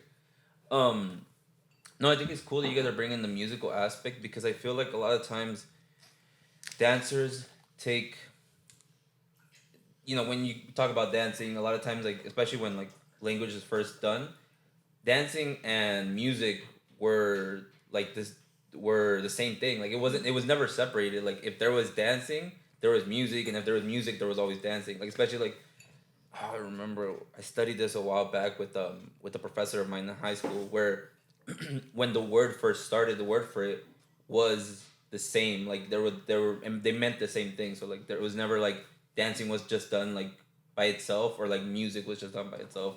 So I think it's really cool that you guys are bringing the musical aspect because I feel like a lot of times dancers, they know how to move their body, but a lot of times they don't realize like the counts behind the music or like the counts behind different instruments, which I think is really cool. And for me, like I learned, I was in choir for a long time, and I remember like having to struggle just like, okay, what's a quarter note? What's a half note? What's a, that's a triple, and then all this, and it's like, and to me, like my brain immediately goes up. So when I first started dancing, I was like, okay, like I gotta connect it to like time, like where is it? And I think it's really cool that you're doing that because I'm listening to it right now. I'm just like, I don't think a lot of dancers spend enough time with that, and I think it's really important sometimes because all of it is timing, and if you don't have your timing sometimes, the timing is important, but also if you're not able to recognize timing, that's even like more of a struggle because now you have to worry about, what your body, how your body can move, but if you can't connect your body to like the actual different like intricacies of timing, it's a door that you can't open basically quite yet. Mm-hmm. But once you open that door, it's like the possibilities are endless, because you can get into so many complicated things. So I think it's just really cool what you guys are doing with that. But anyways, back to the lesson. Cool. Yeah, well, that's the inspiration for finding it, really. And then as I kind of find it, more simple ways to look at it, it's like, why didn't we just do this from the beginning?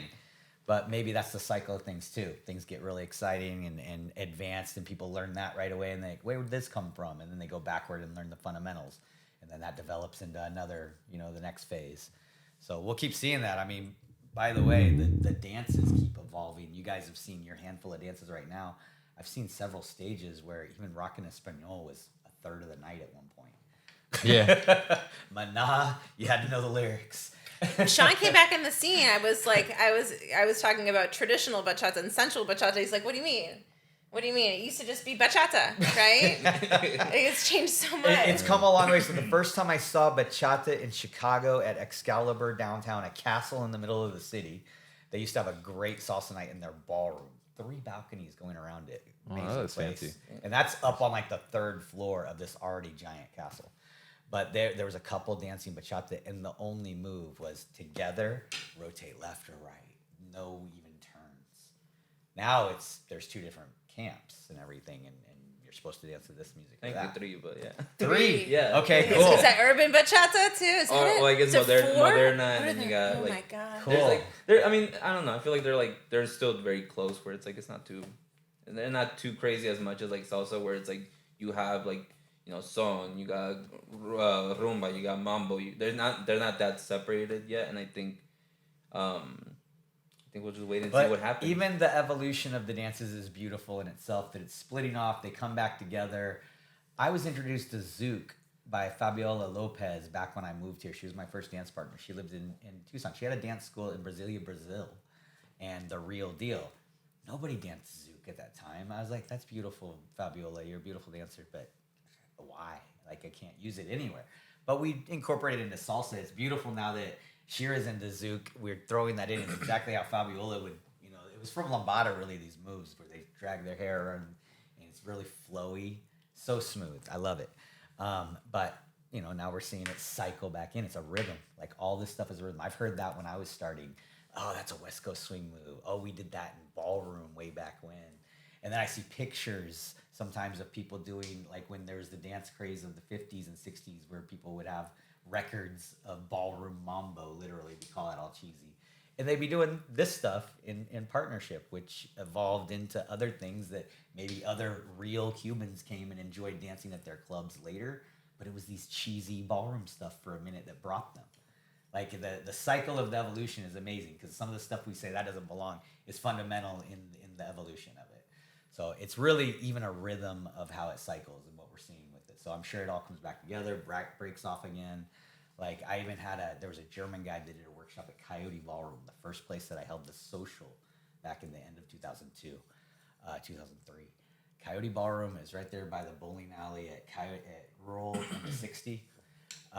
This guy Jans from Austria did a history of dance all the way back to contra dancing. And I was like, that is this. He's like, this is the same shape if you look in Argentine tango, in your break steps of like nightclub two-step or salsa. Like, it's the same shape that they did in the castle days. Oh, how do you do? Like, and then you cut somebody's head off. I think we dropped that a while back. But the castle days dances, you could see the relation all the way back. So it's just, it keeps going. But the fundamental part, the humanity behind it all, we're kind of tapping into that. And we're, more mature now. Well, as close as I'm going to get. Questionable. We're trying, as close as I'm going to get. But it keeps going. We're fighting. Okay, so back to the lesson. Back to the rhythm. So we're going to go like this. Actually, we have a couple sticks. If you guys want to, and we'll give you some. Let's take one each. Uh-oh. Let's go. One each for now so I can show you. So you can just get basically this and get the basic beat. So we'll just give you the single to start with. Good. Okay, so that's our basic downbeat. Now, what we had, and you can kind of mimic along. Don't worry about doing it together yet. Okay. But essentially, we're getting a downbeat or a pulse. So that's your some people call it chord rhythm, or your 1, 3. In salsa, we use two measures at a time. Standard music, 4 counts is a measure. But we're going to take 8 counts for salsa because clave takes a whole 8 counts to use. The clave rhythm is going to be on 2-3 clave is what we'll call it for son clave. That's the majority of your dance music. It's pretty safe to try out 2-3 clave, but sometimes it's 3-2 clave, and some songs will relatively change. But let's say we're saying the majority of the stuff that a dancer that's trying to find it will be 1, 2, 3, 5, and 8. 1, 2, 3, 5, and 8. It could be 1 and 4, 6, 7, but for most of the time we'll do it that. And that's what this our timing load is here. If you take this arrow and call that 1, clave is going to be these red marks. And that's going to happen on the downbeats are the brown squares, the upbeats are the blue squares. So 1, 2, 3, 4, 5, 6, 7, 8. 1, 2, 3, 4, 5, 6, 7, 8. Just now it's 1, 3, 5, 7 with clave. 1, 2, 3, 5, and 8. 1, 2, 3, 5, and 8. Bop, bop. ba, ba, ba. So you get the idea of where that's going to go in the cycle if you can keep that going. This is the Salsa Lotus. This is a project of Shawn's. It just kind of evolved, and it was this is a serious like work of art, just for you guys to know. I thought it was just a logo or something. I'm like, kind of tripped me out when you're demonstrating that. Okay, well, there's a lot more to it, and so we won't get too advanced. But one of the cool things, if you are advanced, you might recognize is the cha-chas are there.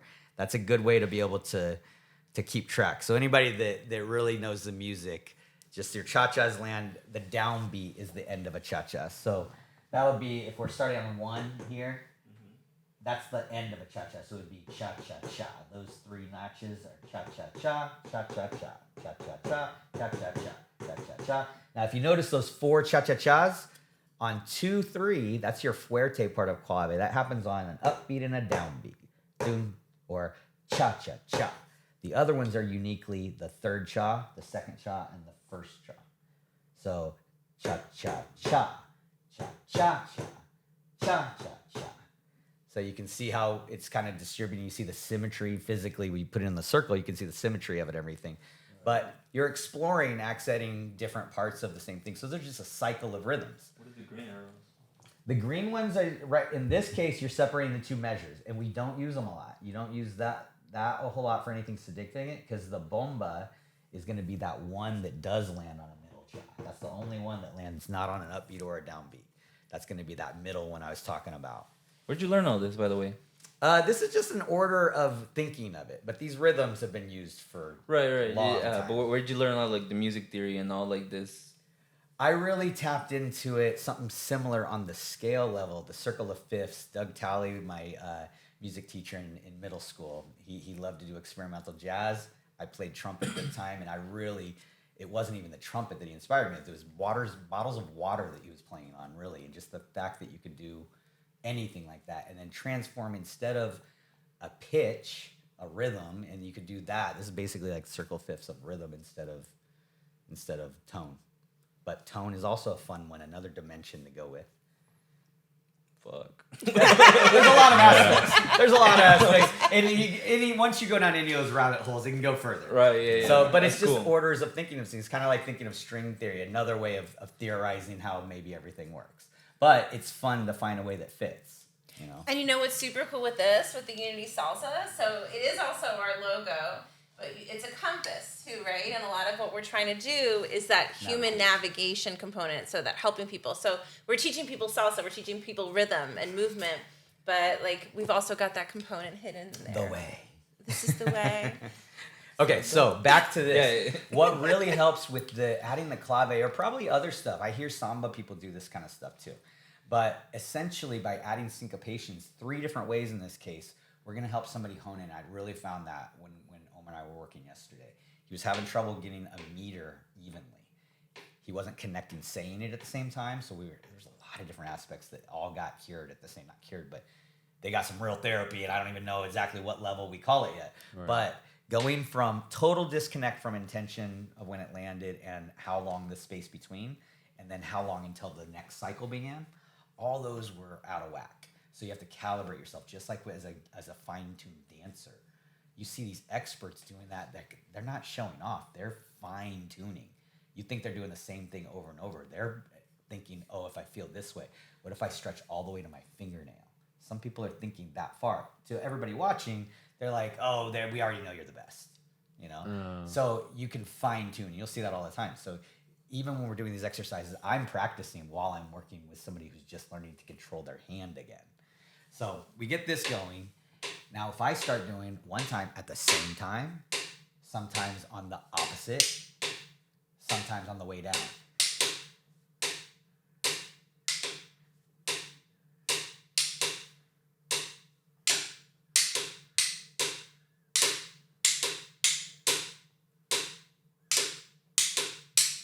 So that's the 3-side of clave, or the tresillo. We'll say unity for today.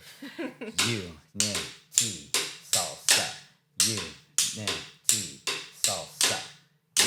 Unity salsa. So let's all do the downbeat first. I'll add clave, then we'll reverse it. So can we slide this over? Oh. Yeah. making our Sauceros drum circle here. Yeah, I guess. Perfect. Okay, so the beginning. Oh, you're right. The beginning is just a matter of lightly tapping, and just like if you're playing with any band, especially if you're the new guy, you need to listen to everybody else more. Barely tap it out. Sometimes they'll drive you to go forward. Now, this is a big part of what I was saying, playing with a band. We will help each other. Like we'll do this, and by doing this with my friend yesterday, I was able to kind of put my little split the difference of everything. And each one of it's right on where, okay, he's off, I'll be a little bit off. One of them, I'm only going to be just before him. I can drive him to go a little faster on that one. The other one, I'm splitting how long in between each of his cycles is. And that's going to be my upbeat. So just by me I'm already programmed to think downbeats and upbeats. I like clave thinking I'm down on 2, I'm up on 2, I'm 1 and wherever the hell it goes. Like, and that in between, that's where you see that kind of stuff, because I'm rolling through and hitting a beat in between up and down. By using those in the 3 different ways that I'm trying to match my partner there that's keeping that downbeat, we found that together. And even if we're breathing at a different tempo and it's all over the place, we're doing it together and it connects. And then it levels out. We find it smooths out and it keeps a perfect timing. So let's go with basic this real slow to start with. Some people, that's tough. You guys already have it. So I'm going to go ahead and add this. And this is going to get to the point where we kind of go numb. The tendency is to go faster. Slow yourself down. Let it get easier. That's hard for some people to put less effort. It will feel like less effort because you're literally making this practice already. You've gotten in the mode, even if you do this all the time. Now I'm going to add to this stick, I'm going to add just a little accent on 1. Actually, we'll make it on 5. And we'll go ahead and tune. Let's say tune when I do that big one. Tune. Anytime we do the double, we'll say tune. Tune. Cool. Tune. Tune. Pacha. Tune. Pacha. Tune. Pacha. So let's say cha. Let's say that one. Cha. Cha. I'm sorry. Let's say tune cha. Tune cha. Tune cha. There we go. Tune cha cha. Tune cha cha. Tune cha cha. Tune cha cha. Cha tune. Tune, cha, cha. Cha tune. Tune, cha, cha. Cha tune. Tune cha cha. Cha tune. Tune cha cha. Cha tune. One more time. Cha, cha, cha, tune. Cool. Very good. That's rhythm. You guys were saying it polyrhythmically. You were saying the clave with the cha and the un was the downbeat. We'll put all of it in a little more deeper in a second. You were tapping the chord rhythm on 1, 3, 5, 7, and I was doing clave with this stick each time. Even though you saw that as one movement kind of together, you could see that as one. You could, if you separate it, it looks like 2 things going on at once. But it's one feeling. The whole time we're all doing this. Musician or dancer. Same if we're dancing it. Same thing, just 2 on each side, whatever. Okay, now let's try and switch it to clave. So I'll give you the downbeat. And you can kind of follow along here if you're watching later. You can imagine that's the one where the arrow is. That's our 2, 3 clave. Each one of these is 1 count. That's the bomba. If we're counting it on exactly, it'd be the and between 6 and 7. 6 and 7. So 1, 2, 3, 4, 5, 6, and 7, 8. 1, 2, 3, 5, and 8. Cool. Okay, so let's try it again. Now this time you guys are going to hit, I'm going to give you one whole 1, 3, 5, and then here we go. 1, da, da, da, da, da, da, da, da, da, da, da, da, da, with Shira. You guys follow Shira.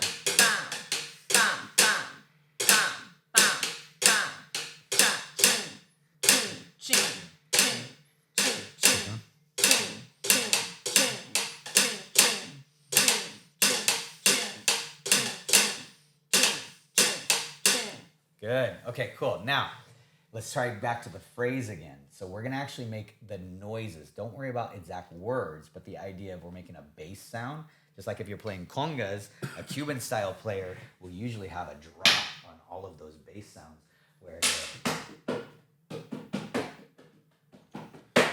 you hear that every 1 and 3, you hear a boom, a little bass.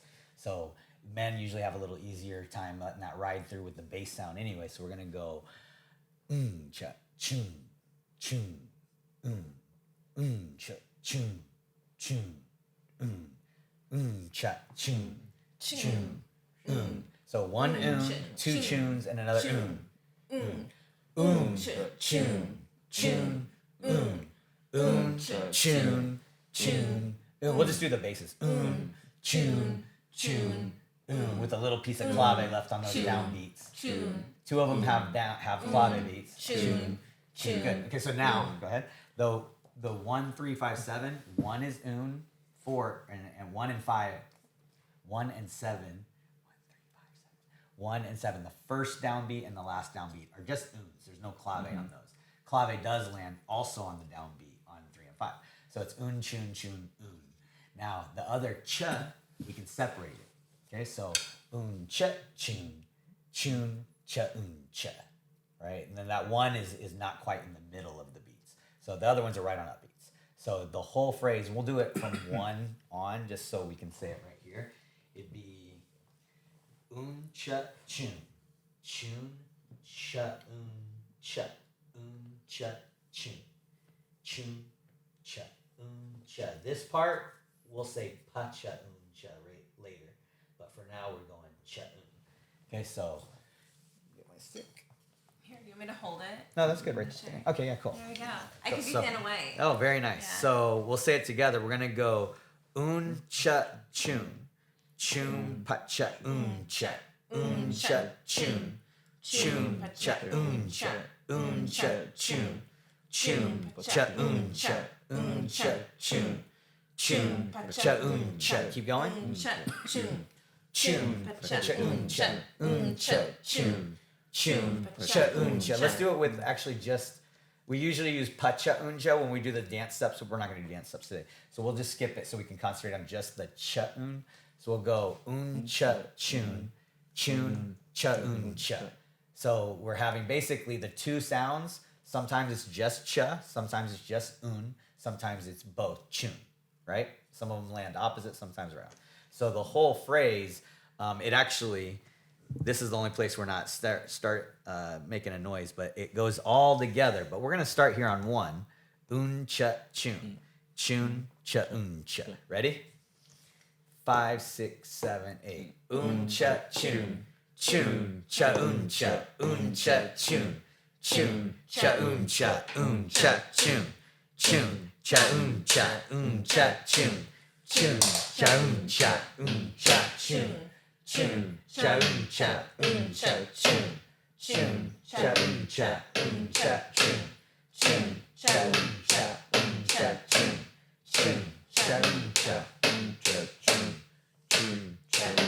Good. Now, with that exercise alone, you can use this for a long time. Practice it. Fade yourself out, amplifying the bass sound, just the bass, where you're just on that, and then slowly change the volume back to the cha and fade out, like you have your own equalizer inside. You can fade out the bass and concentrate on clave. The pulse should stay the same in your body and the structure should sustain with the clave, whether you're listening to one or the other. Once you connect those all together, I've kind of found that just training myself, realizing that, it changed the way I can kind of think. And I always kind of change the way I look at it. That's the fun part about dance. You can just come at it from another angle. But that way, I'm finding underlying rhythms. I don't have to count to stay on time or anything. You just hear where you're at in the music anyway. Like it's an upbeat or a downbeat all the time. You know every beat if it's going to be one of those. And then clave, if you can hear where the syncopation is, the tresillo side usually has more syncopated off beat. The fuerte side usually hammers home on that 1 2 3, and that's typically what you're going to run into 2 3 clave for most dance or club music.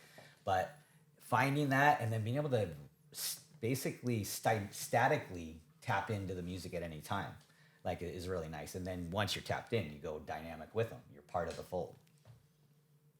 So this is one way to really expand your thinking. I know you guys are newer to the dance scene, and you guys can take these concepts and run with it and use it to find ways to elevate your dancing. Anyone else who's listening too, I mean, just trying to think about music in a different way and the rhythm in a different way. So that's what we're trying to do. I think we light up doing it. I can tell my hairband is way up here now. Like my eyebrows being excited.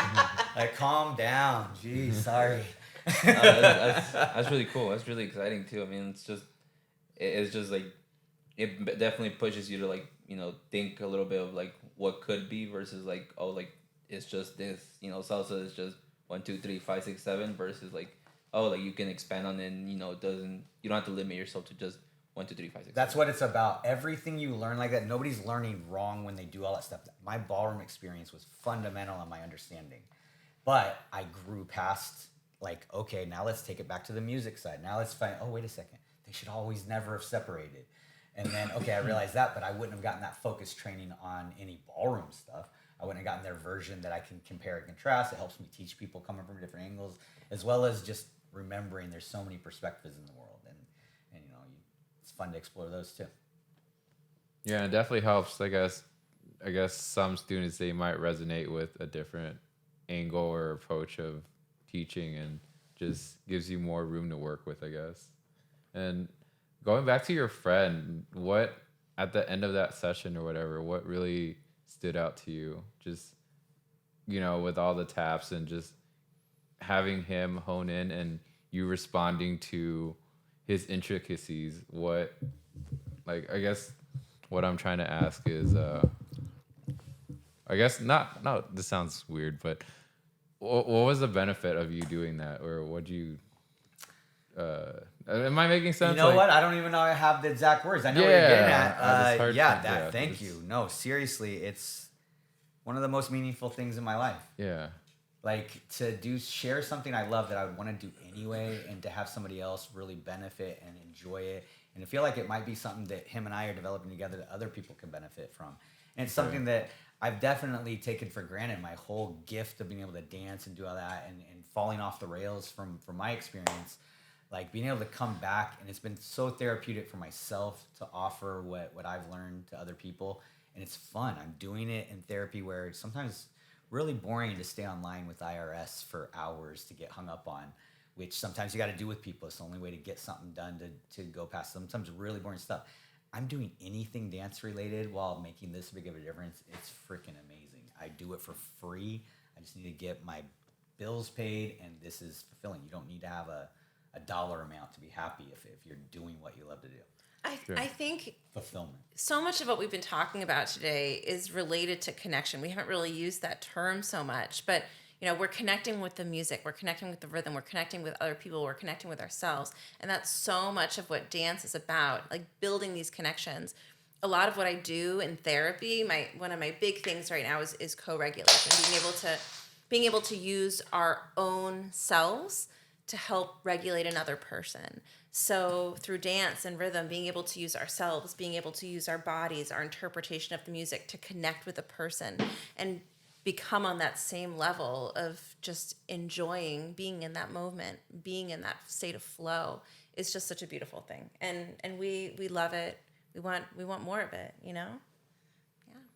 Right. Yeah. Just that exercise, I feel much more in sync. And as corny as that may come off, I feel like, like you said, we're more connected in that sense. Sometimes it's just so an exercise. Obvious that, like, it's so simple. The most brilliant things are. You gotta imagine, at one time, we didn't have the wheel. Yeah. Somebody had to say, let's do this thing. And probably somebody was like, you're an idiot. Yeah. And now it's like, we couldn't imagine anybody ever not really figuring out the wheel. Right. Or living without that invention or stuff like that. It's just, and then it's like it's so comfortable, it works. Like, we just have to spread the word, because how many times did the wheel probably get invented before it stuck? Yeah, who knows?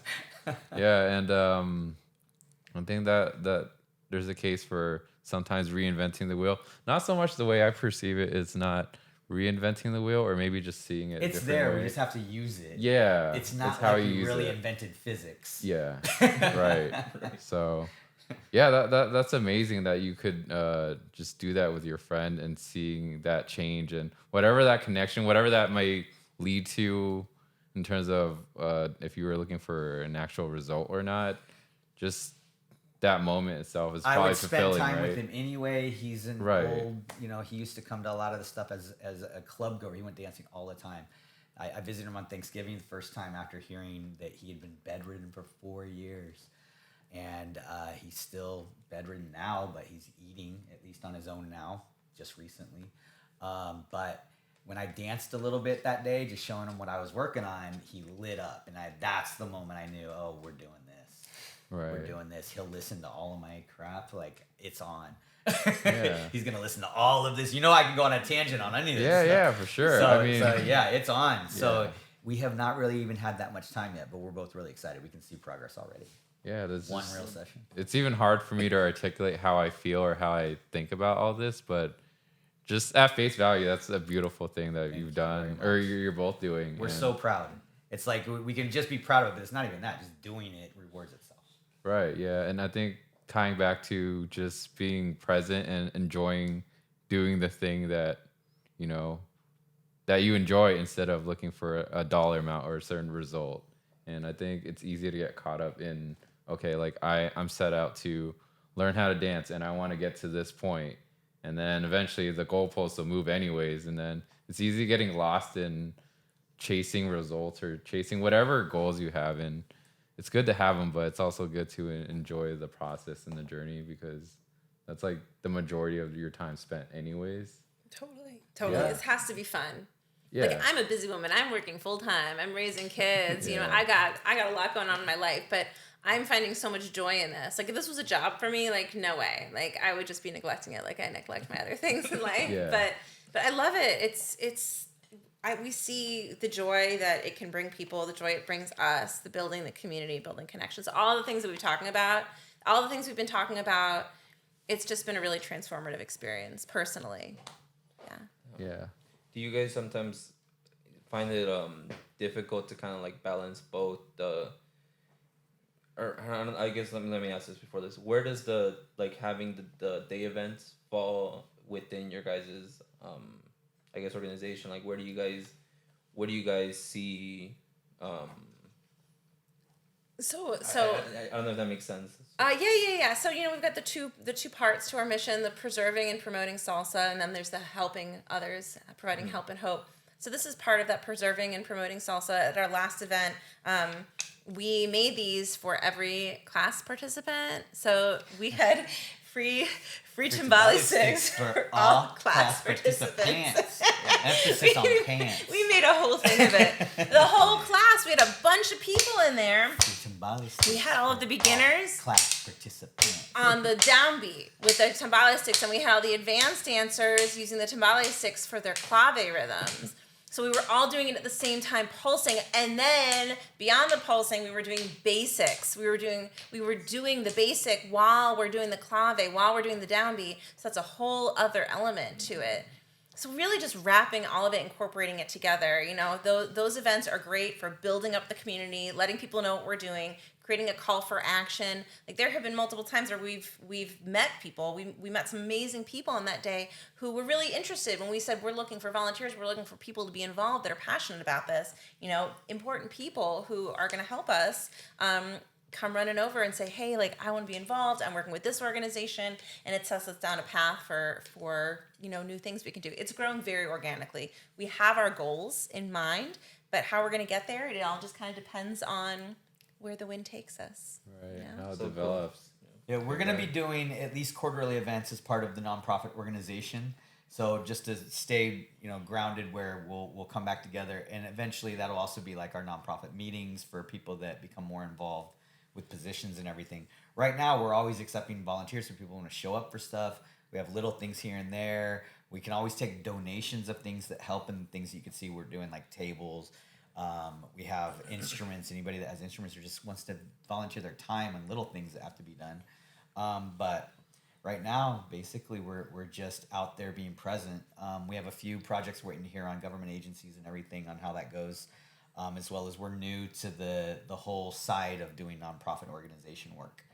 on the official side. We both have worked on the clinical things and everything. We're both experienced in billing insurance for things and everything, which is also another aspect that's long and boring, but another way things get paid. But really, I think people can see the value in what we're doing, and we just have to make ends meet and do it. We don't really, it's a non-profit. It's just provide this, the more people that help us and contribute, that's the profit. We're going to actually be doing it. The people doing it are benefiting as well as the people that we're going out there to help.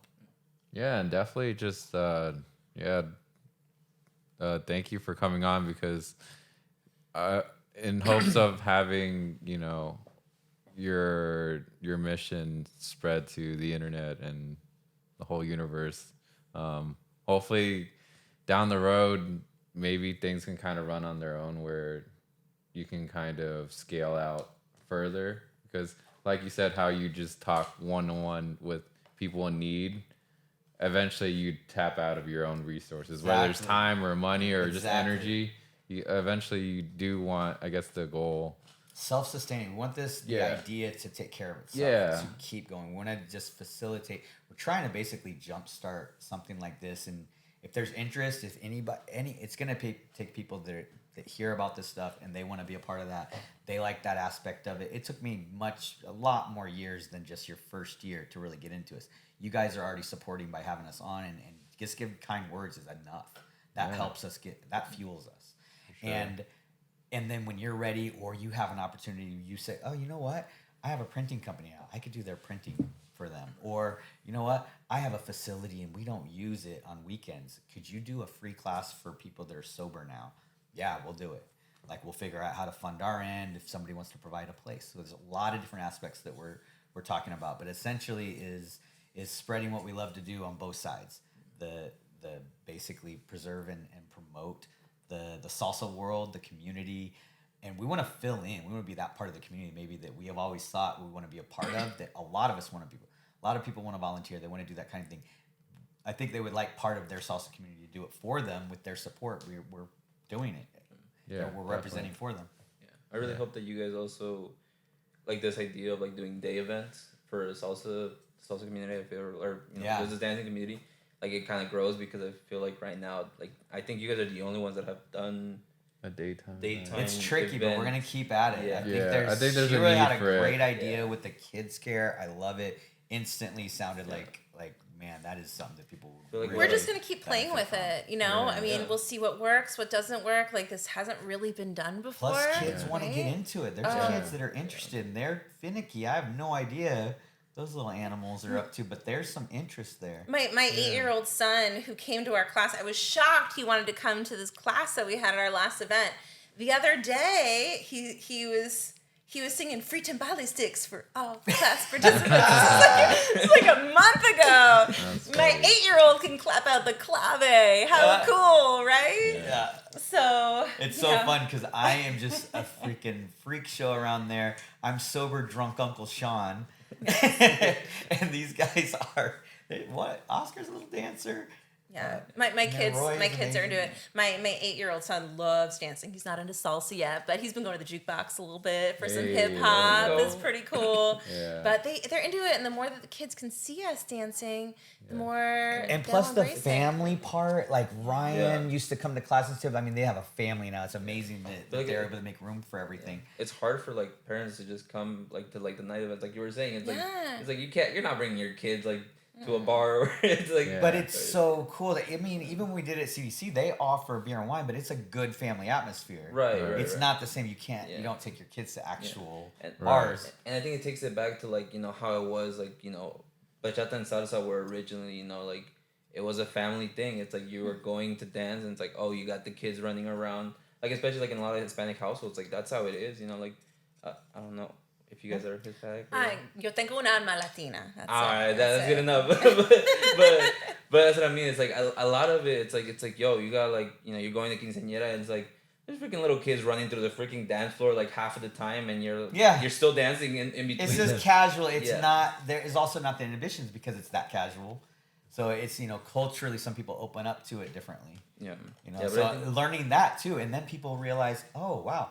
Cultures, so little things like that, people have a very different point of view where maybe they're freakish about touching because they don't ever have any dance in their culture at all. Yeah. And that explains a lot. Like there's a lot of different cultures that people just kind of give it a chance. They realize, oh, we're not really that different. It's just that one aspect is so different that they're getting what we think is a crazy reaction if you're not used to it. But you can go on and on. But all of the Unity Through Salsa is where it's coming from. We're really happy that what we're doing with both the rhythm teaching and what we both do with helping people in the clinical side of things.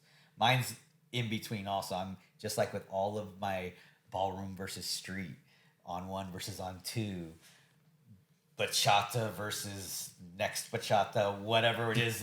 Even tango did that. Nuevo Tango had a thing for a while too. But essentially, it all has a commonality, and we all are united, and it's amazing. Like, the more you learn, the more you realize you don't know.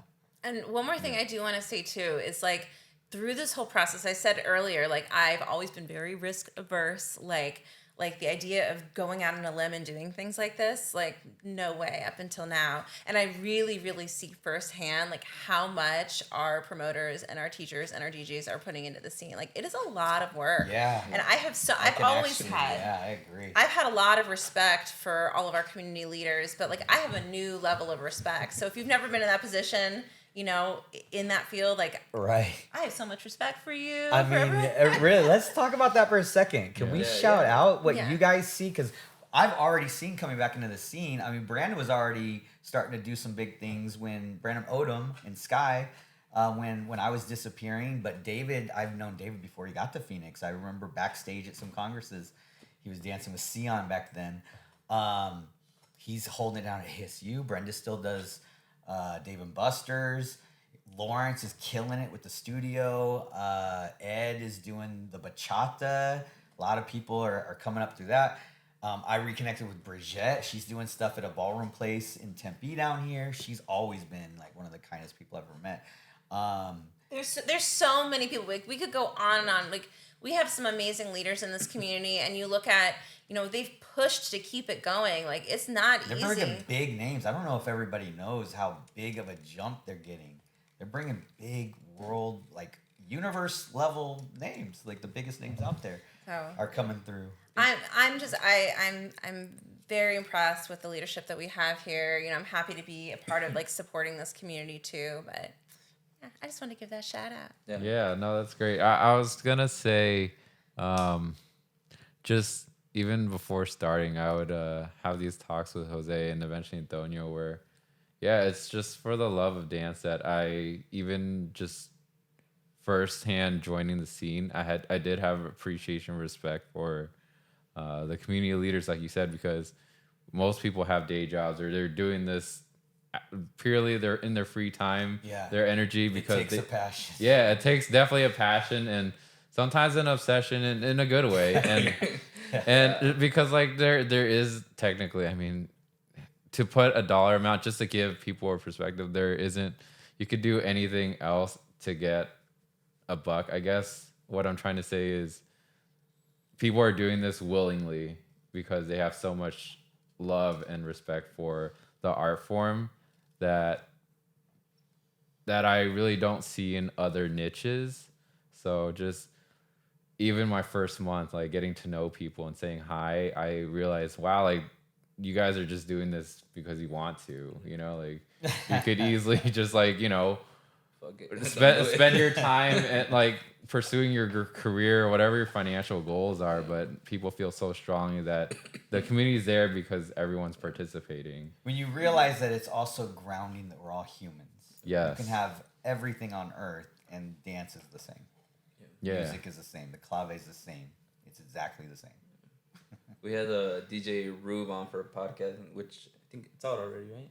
I don't know. We're so behind. No, I think that was that one's out. Okay. We had him on, and I remember even in past talks too. Like we were talking, he's like, yeah, like I go into work at 6 a.m, and I'm just like, and you're here. You know, he has to set up, and we're talking about DJs and how like it's better live music, but DJs still put in a lot of work. Oh my gosh, I have so much respect for our DJs. That's a lot of work. A lot of time. They come in like an hour before before the whole event starts, and then they stay another hour after. The troubleshooting that nobody knows about, the frustrations. And acting on the fly and all that. If no one notices the DJ until the music stops and people are like, "What the hell?" Right? They're only complaining about the DJs, not any of the wonderful things. I don't like this music. They play this every time. Yeah. Play everything. Well, sometimes it might explain why they're tipsy at the end of the set. but yeah, it's crazy, and or at least I just know DJ Root because I know him personally. But I remember talking to him. He's awesome. This past Tuesday when I was at Candela Tuesday, we were talking. He's like, "Oh yeah, I want to do way more stuff for 2024," and I was like, dude, you already do a bunch of stuff because he what was it? He does Tuesdays with Ed, and then yesterday he was with Lawrence at the freaking Elks Lodge, and it's like, damn, bro, he's that's already already got some 2 good nights of your jams. week, and then on top of it, all the other stuff that he probably does, because I don't know what he does on the other days of the week, but I'm sure he does other stuff, and he's like, oh yeah, let me add more onto it, and it's like. Yeah, he has so much drive and passion, and he's always smiling. He's always happy. Yeah, it's amazing. Always happen. Doing what you love. Yeah, it's cool though. I got a lot of love. But sometimes you gotta let those guys know, hey, we see you, man. Calm down. You don't gotta do that much because you are loved too much already. Yeah. But that guy is always a great vibe. I've really been happy with a lot of the new people out there that already have the vibe. They might be new to it themselves too. But if you got that vibe, you're putting it into the community. That's a lot of people. If they're new to promoting everything, you'll see promoters come and go. Anybody bringing new people in and giving that vibe is helping all of us, whether they get along or not. You always see in these sayings there's little rivalries. And I think that's always the case. It always happens. But regardless, you're all in the same family. Yeah, definitely. And just mentioning yesterday when I dragged myself out, there were so many friends that I haven't been dancing frequently for the last month and a half, and a lot of people were asking where I was at, and it was just such a nice feeling. I felt kind of bad showing up 2 hours late and then leaving early too. It's just I feel so you guys haven't tried to get out for real yet. You got to get jumped out. Yeah. It feels like it, so that's why I'm making my appearances here and there, just to show that I'm to show solidarity. But I'm slowly phasing myself out. But you better not be dancing swing dance. Yeah. No, but it's just nice having that intimacy with.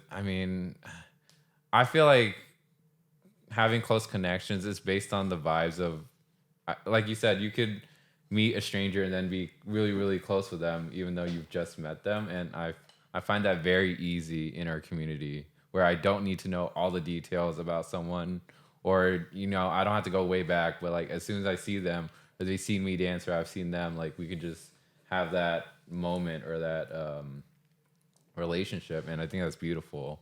That I'm privileged to be able to come and go as I please and be a part of that, and not really expect anything either. I think that's a cool thing about being a social dancer.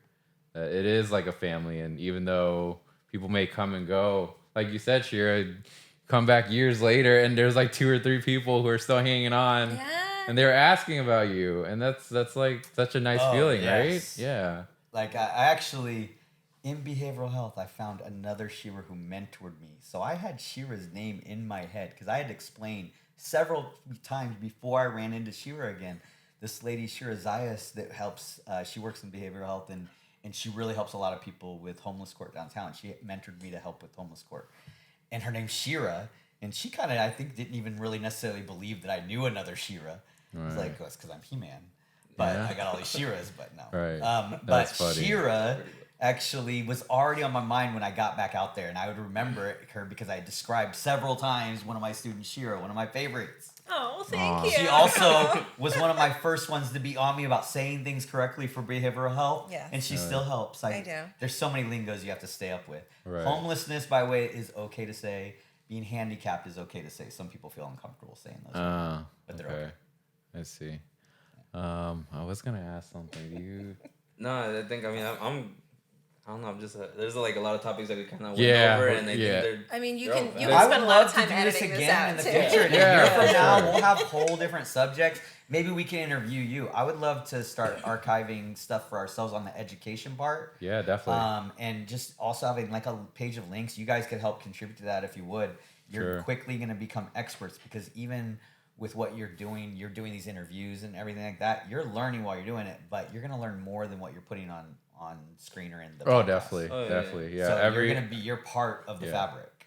Yeah. Every episode, every interaction, every conversation I've had benefited me in some ways that I probably don't even realize.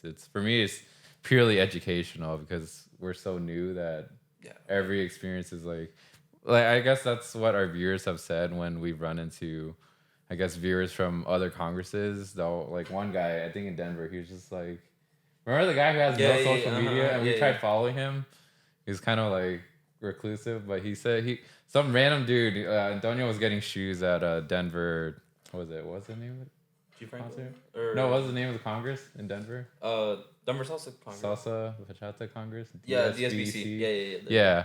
Some random dude walked up to us and he said, like, I love what you're doing, Will. And I'm like, I don't know you. Like, how do you know my name? I got really scared. I'm like, oh my God. Oh, I remember my question. But no. Did you follow me here? Yeah, I'm just like, oh my God. Like, my past is catching up to me or something. Like, but no, he gave me praise on just saying that it's nice seeing a bunch of beginners in real time documenting, their own thoughts, their own words, and then interviewing people who've been in the scene, people who are new. And it's a fresh perspective that I guess hasn't been done before. And I think that's why, I guess the external factor for me is to keep it going. I'm not really thinking about that. For me, it's much more internal, or I guess it comes off selfish, where the more people I talk to, the more I can benefit and learn. But I didn't realize people looking in that they can see someone just fresh. Enjoy. That's the benefit you get for doing something that is benefiting more people. And it's like I'm not. That's the beauty of it. You're doing what I mean. This is what we're talking about. You're finding that path that feels right. Yeah, it's something you want to do, and other people want you to do it. Yeah, roll with that. I try not to focus on that because one, I don't want any attention. I don't want any. I guess.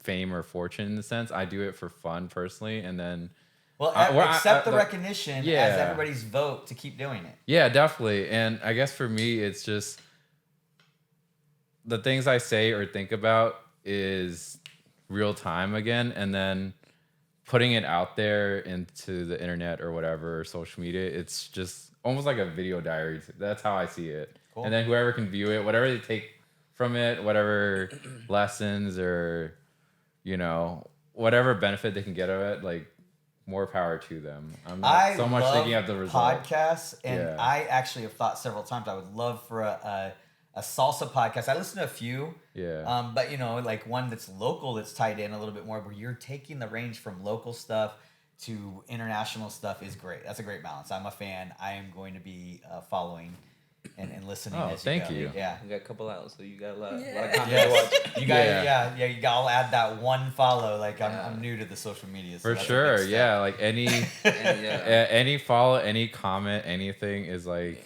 so appreciative. I love it. I'm glad you guys are doing it. Yeah. With the whole going back to beginners, this is from a beginner's perspective and allowing beginners to learn. Like, oh my gosh, savor the time being like a beginner dancer. Like, I remember that is just such a time of like wild exploration and learning. It's like you're a baby in the salsa bachata world, and you're taking everything in, and it's so amazing. And you're watching these dancers, and I remember as a beginner, I would watch these dancers, and I thought they were like incredible.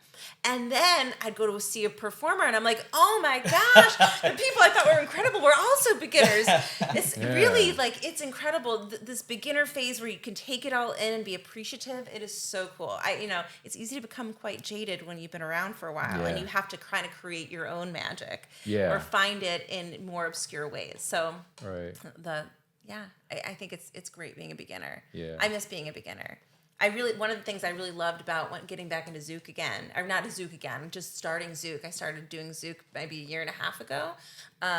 Was being a beginner again. Like, you're learning something from from scratch, from brand new, and you're watching these dancers and blown away, and it's just such a magical thing. I really want to learn some more dances, but we're so busy with this, I can't put anything else on my plate. But salsa incorporates stuff. We throw stuff in. That's the good thing about salsa. But yeah, there's a lot of great dances. We've been playing with some tango. That's been fun. I can't really dance tango, but I can dance salsa tango. Yeah. Oh, I remember my question.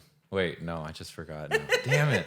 No, I remember. Wait, I just gotta like grasp it before like it escapes me.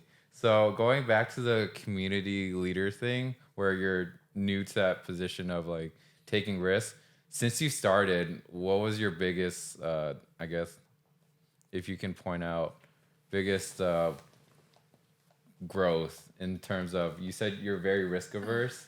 You're less risk averse now, right? Because you're starting this. Okay, like, so what were you like before and after starting this? Like, what was the change? On a personal level, like I'm really not into being in the limelight. Like I'm not into it. It's not my thing. I'm a rabbi's daughter. I grew up in synagogue, and my dad was front and center, and everyone was looking at me. I was the rabbi's daughter. I couldn't mess up, because everyone in the congregation was looking at me. So I've always, my whole life, been under the microscope with certain things, and I've always been very nervous about messing up or people's perception of me. Like I don't want to be looked upon negatively. I don't want to be late for things. I don't want to be wrong for things. I don't want to mess things up, because then people might look at me and judge me. Like I really don't like that. I'm not a perfectionist, but I've always wanted to keep myself out of positions where people might judge me. So I put myself in positions where I'm like, well, people are going to judge me, and people are going to not agree. People are going to not like what I'm doing. People are going to think I'm going to have ulterior motives. People might have misconceptions about who I am and what I'm doing. And I've kind of stopped caring a little bit. Shawn has been very helpful with getting me to learn and not care as much. But it's really been beneficial, and I think it's transformed my life in a lot of ways. I'm 38 years old, and I finally learned how to like let go and not care what other people think, and I think that's a really important tool. 8 more years, bro. 8 more years? Till what? Till I reach that point. Shira's actually, I don't agree that she's risk averse really, because she's traveled the world, just caution to the wind, running around out there. When she has to behave and fall into the role of rabbi's daughter or role model at school, she's amazing. She has that down. But she's also like, she's learned more from, she's traveled way more than most of us. Remember, I'm also a rabbi's daughter, a preacher's daughter, which means like I'm a wild child. I have a wild past. Right. I spent a lot of time gallivanting through Latin America. I told you I started salsa dancing in Guatemala, but like I've done like a lot of stuff. When I went down to Panama after I graduated from college, and I just went down for a month. These are not places a single girl just rolls. It's like white girl who speaks English just rolled down to Panama with no plans. I'm like, all right, I'm gonna go to this town, but I'm gonna stop here first. And I made friends with people, and then I remember going to this one town, Bocas del Toro in Panama, and it was super cool. And I was like, all right, where am I gonna stay? I'm just wandering around with my backpack. And I'm like, no, there's too many Europeans here, like way too many Americans here. Like, I need to speak Spanish. Like, I can't speak English here.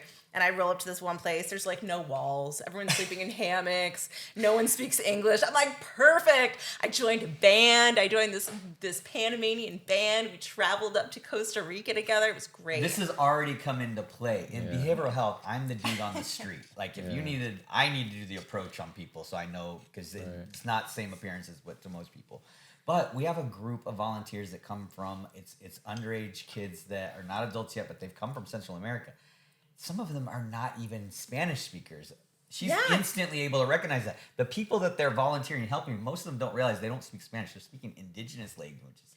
And she was able to peg that right away from those things. So a lot of our tie-ins are really that experience and everything is really coming in with, again, the unity, having the cultural awareness, even beyond the part that most people don't realize how many languages are in Mexico. Yeah, Mexico in Latin America or whatever. And all of Latin America. But Latin America, I first got them from Mexico. My travel, I think, has also been very transformative with my dance. My husband and I went to Cuba for our honeymoon. It was not done in a legal way, but it was done in a very fun way. But going down to Cuba, I was down in Cuba like 14 years ago. I just went down there and we went rock climbing during the day, salsa dancing at night, went scuba diving. We like stayed in these casas particulares, so we stayed with the locals and we talked to them. We didn't speak any English. and you just get immersed in that culture and you learn. You know, you can do that with dance, you can do that with culture and countries and travel, but it's been valuable for me, and I want to keep doing that. Yeah. As much as the Cubans have no business idea on how that works, crossing over out into the rest of the world, and that's really what's hampered their spread.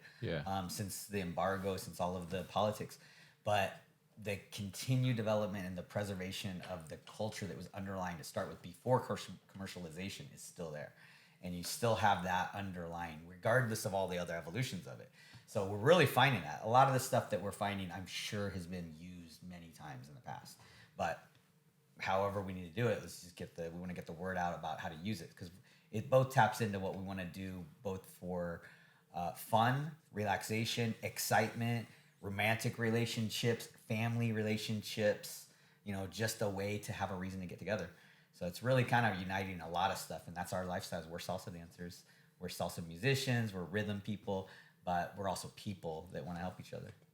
Right. That, I guess there's a Japanese term. Well, not Japanese, but like, what is it? It's like ikigai or whatever, where you're like meshing like your passions together. And it seems like it's more in I've heard of what you're saying. I don't know the words, but that's exactly what. Is that the right word? It's something like that. I don't know, but like you watch anime and stuff. So. Just because I watch anime's getting deep. If there's, I don't know. Like I'm sure you would like all the stickers he has. I'm sure like he would correct me on these terms if I'm using the wrong term. I haven't watched anime. It just seems like you're meshing your passions and whatever your expertise is to like cultivate your, I guess, life purpose. Right. I've always heard that like money isn't the secret, but then everybody's like, but that I can buy all this stuff. But it's a component, like I think like if you have like a strong drive of what you want out of life, having a lot of wealth and direction kind of amplifies. If I bought a badass yacht and I was out there and stuff, I'd want a salsa band on it. I'd want to be dancing whatever thing I bought. Yeah, so you have an intention with it. It's still the thing is going to require the thing that's free anyway to make it the best. That's true. That yacht ain't worth anything without salsa. Yeah. Right. Like, were you going to go to the Arctic? You're going to the Caribbean. You're going to need a little bit of salsa. Right, for sure. Yeah. Definitely agree there. But no, I just want to make a point that it's the disconnect for me is, Shira, you've traveled the world and you've gone off the beaten path. Like your traveling isn't like, okay, let me just go do the touristy stuff. Like you're like venturing into potential danger and everything. I've definitely ventured into lots of danger, but I survived and it's made me stronger. But that was like a different time in my life. I don't know. I think I was much more into risk, different kind of risk at that point. But it was all calculated. Right. It's all calculated risk. Yeah. Right. And it's funny that you're at the same time very sorry. I'm just looking up the term. Good. I'm like super self-conscious now. But no, it's crazy how you're so, I guess, unafraid and brave to like experience the world in its totality and like really just go to a different country, immerse yourself, mingle with the locals. At the same time, you're like, oh, I don't want to be perceived or anything, because I totally get that. So the traveling really came from my husband. My husband's family, like white family from Ohio, whose parents were like very, very open-minded with their thinking, and they used to travel in Latin America in the 70s. Mm-hmm. So they encouraged Ryan to go do the same thing. His sister spent 5 years living in Brazil. My husband spent about a year traveling through Mexico, Guatemala, Cuba on his own. He sailed to Cuba. He sailed someone's boat to Cuba from Mexico. Right. But he's always like really encouraged me to do this. And I'm so grateful. He's the one who's encouraged me to keep dancing. Like, I don't know about you, but like, I don't know too many other, married women whose husbands are like, yeah, go out dancing, go dancing with other men. Cool. No problem. It's different when it's social dancing. It's different. And he understands it and respects it and appreciates it. And he knows how happy it makes me. It's like, what? Happy wifey, happy wifey, happy lifey, right? Like, I go out dancing. I'm invigorated. I'm having fun. I'm alive. And then I come home and I'm so happy. And then I'm like I'm ready to engage in being a wife, being a mom. Right. I'm fulfilled. My cup is filled. Yeah, definitely. I think what you have going on, just even in your personal life, you have definitely a good balance of what you love about dance and how you're, I guess, extrapolating it to, you know, your mission and Unity Salsa, and then connecting with other people. I think it comes from that, like, especially when you mentioning how you travel and like go out of your way. Like, what's the term, like, when in Rome, do as the Romans do? Like, I feel like that's how you would travel. That's the only way to learn and immerse. Right. You know? Yeah. And then, yeah, in a literal sense, that's like if you just go somewhere foreign and then really just try to not mimic, but like adapt and like really immerse yourself, I feel like it brings another level of understanding of, I guess, whatever cultural or physical differences you see in different people. I think you find some sort of middle ground where it wouldn't be really, I guess, unless you would go through all that trouble to really understand another person. You can't really explain that. You kind of just have to live it. Yeah. I think speaking Spanish and really working very hard to learn Spanish as an 18-year-old girl, having to learn Spanish from ground up, and it's not perfect, but I can have conversational Spanish pretty well. It's really opened up the doors for me in many, many ways with my travel here, with dance, with music. I think it's a really, really powerful tool. Right. Yeah. That's amazing, though. But congrats on getting out of your comfort zone. Because no, it's just I'm still stuck on that. Like, how are you so haphazardly traveling the world and then like without a care about your own safety or well-being? Just like, you know. I was still trying to be safe. Oh, really? More or less. I mean, I wasn't like trying to like go out and get hurt. But I know, but like it was like it was in the places. I mean, I did some things that in retrospect, like there's this one time in the Galapagos where I was going to buy fish from this fisherman, and we were in his house, and he's like, "Oh, you should come fishing with me." I'm like, "Okay." So it's like me and my other friend like went on this fishing boat with like these like four grown. Ecuadorian men in the Galapagos. Like, what could have happened to us? I don't know, but it turned out fine. But that was a long time ago, and I think that when you become what has happened in the Galapagos. I don't know, when you become a mom, when you're working, and I've got my license, my national board certification, I've got my house, I've got my car, I've got like everything laid out, and I think since developing all of that, my desire to take risks has significantly decreased. You change much throughout your life, so much. And the phases that I've gone through have all been very important for me. I'm really enjoying this. Even that mix alone, like bringing the generations together, where some of us didn't have that solid family life at different stages. Sure. Where if other people's family lives, you get advice just being in that community, where you see people who were dancers at your age, who have families or have been through adverse things since then. Like, you can learn from that with people that weren't necessarily your direct family, immediate family, but that community of caring and recognizing our humanity in everybody is really the unity that we're talking about, because we're doing something that we all love. It's kind of hard for us to even understand how somebody wouldn't love salsa if they give it a chance. Right. But even the other things that are under that rhythm, we all have heartbeats pretty much. Yeah. You know, as long as some people you might doubt it, but everybody has some kind of flow. Even the ones that say they have two left feet. Well, then that's merengue. Or something like that. That's a good one. That's funny. But no, yeah, it's I guess you can tie anything to everything, but it's just connecting and just showing the more human aspects of just interacting with people is so underappreciated and like not really talked about.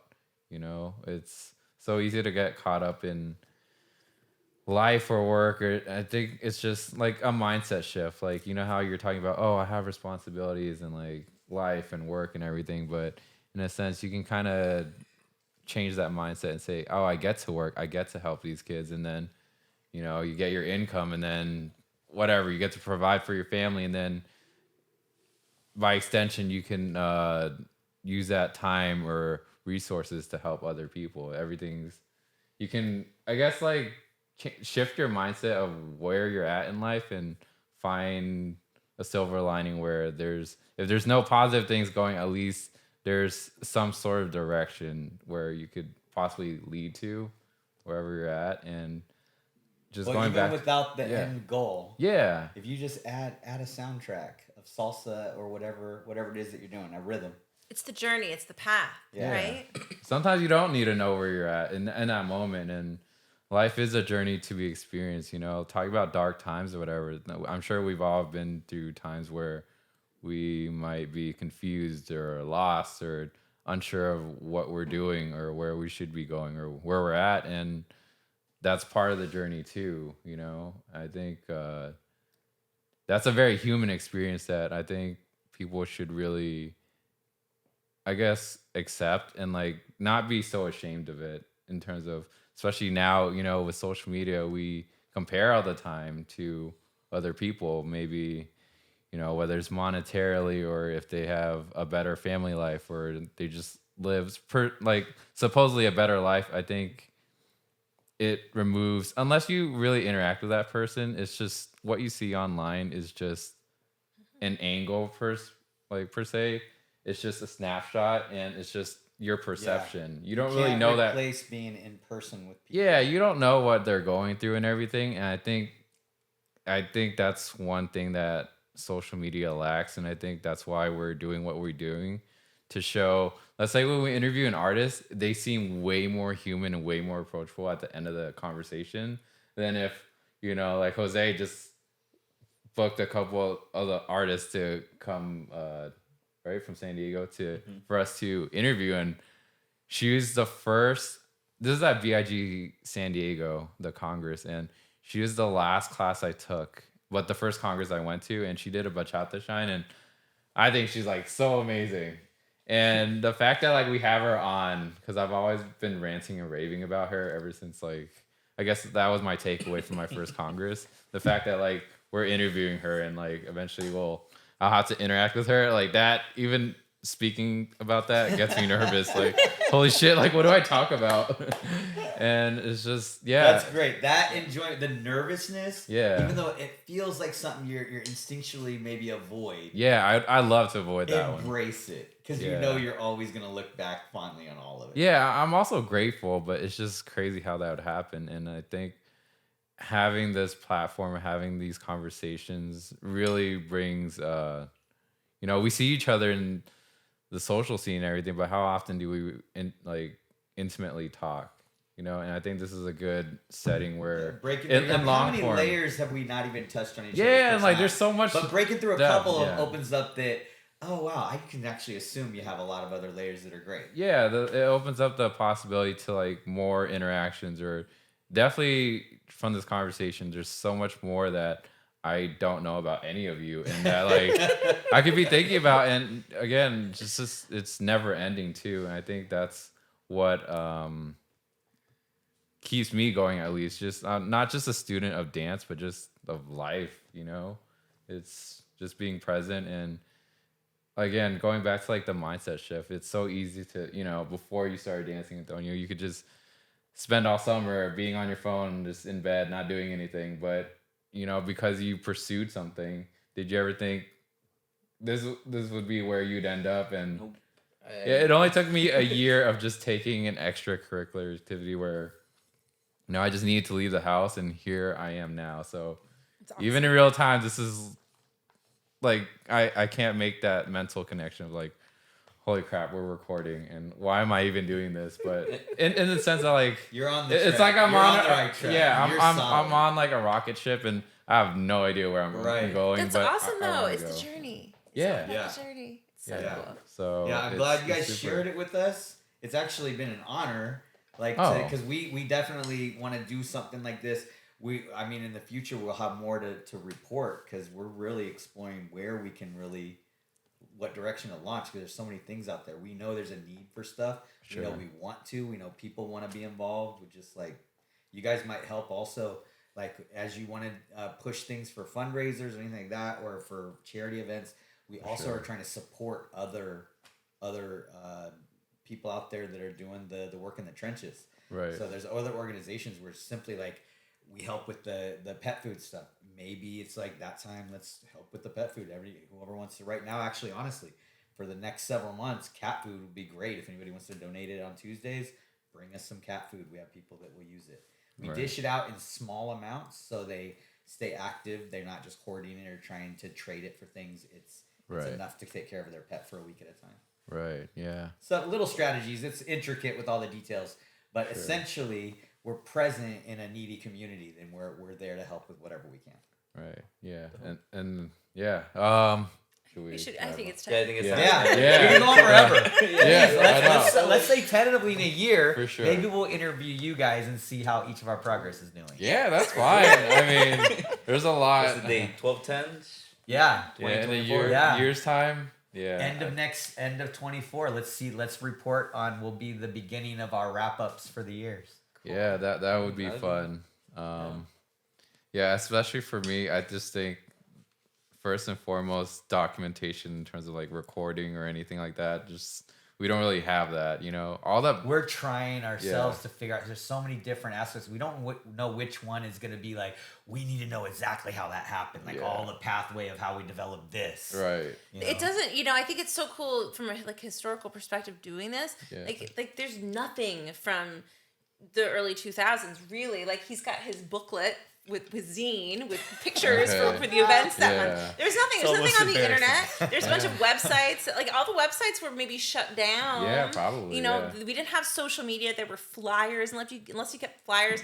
No one had phones. It was like 2 megapixel phones that you'd have to carry around, and it was dark. There's no videos of people. Like I didn't have any pictures. Here, Yahoo Groups was the advanced way to. I didn't even know there was a Yahoo Groups. Oh yeah, it was a thing. People would talk schmack on it still. There was still a way to get gossip through. Really? There's some like random YouTube videos that you can find. Like if you just Google like 2001, 2002, 2003, whatever, LA Salsa Congress, New York Salsa Congress, whatever, like you can find these old, really pixelated videos. It's really Those conventions were really how people exchanged information. It was like sounds like the dark ages to me. I'm like, oh my God. It was like when you hear about the World's Fairs, like what is that? And you would buy DVDs. So at each Congress you could buy a DVD and have the professional videos. No, for you. Oh, for you. Thank you so much. Timbali 6. We figured just we got two. Just having that. We want to like keep doing that, pushing people to experience tactile, be able to touch. It's real instruments. Anybody can do this. You're not a music. It doesn't have to be music or dance at that point. Right. And Thank you. Any guys, you got any ideas, you guys, or as you get, you talk to everybody out there. We really want to be on the side of the community, like the life part of it. Sure. Like obviously the polished performances and all that is what we want to go watch and enjoy and be a part of. But really applying this to regular life and we want it ingrained in our lives all the time. Sure. We're always sharing it with people anyway. Yeah. Like it actually helps us share things easier. All right. Yeah. But you guys or no, go ahead. Do you guys want to plug anything real quick? Like your social media contact. UnitySalsa.org. You can always find us. I'm getting new to social media. Unity Salsa Shawn is out there. I'm going to start dance lessons and everything, so I'll have salsashawn.com for that stuff, but it's not up right now. Okay. But we do have social media. You can find us, if you go to unitysalsa.org, we've got links to our Facebook and Instagram. I've been the one managing it. Like, I'm like not, oh my gosh. Yeah. So if anyone wants to help with that, we could use assistance with that. But, we're just trying to let people know about what we're doing. And if you are interested in being involved, like, join us. Like, we're down to party. We're down to have fun and teach people rhythms and, just be a part of what we're doing. And it's great. So I can say specifically what we're looking for to expand if anybody wants to help with these projects. I want to offer dance lessons both for people in recovery, special needs. We've talked to other instructors about helping with stuff that they were already kind of a part of with children, elderly and disabled stuff. Obviously, with my friend, we're already working on some developing some stuff. But anybody already working in those fields that help in aspects of that, if you work in the field, you know what I'm talking about. And then if you just want to be interested in doing that, in a few years as we're developing this, if you're in school right now, you may be gearing towards these new fields that may be legit, that we need people and their credentials to develop further. So if you're interested, please talk to us. We would love to see more people helping us. It takes a lot more than just us to do this. Like you guys pointed out, really, I didn't even mention this whole much, but we really should be looking at like 10 to 1, like maybe 10 clients for one real like case manager, navigator is kind of what I'm looking at.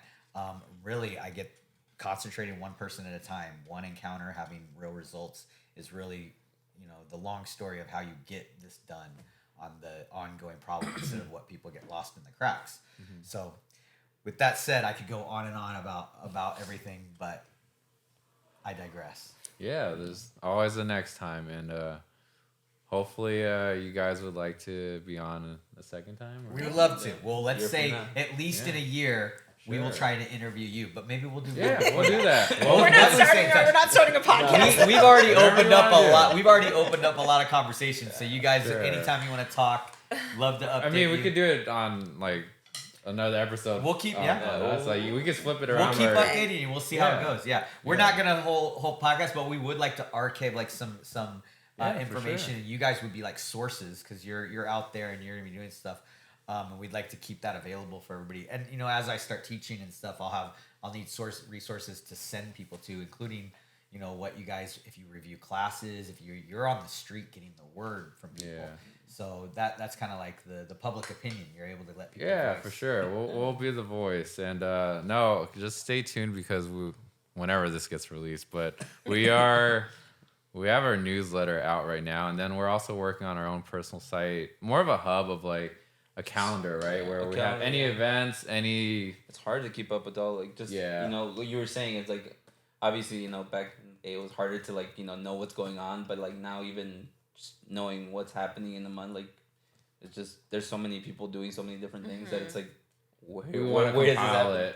Yeah, just like community submission. And then if too many people are compiling it, which one, and they have little differences, that gets confusing.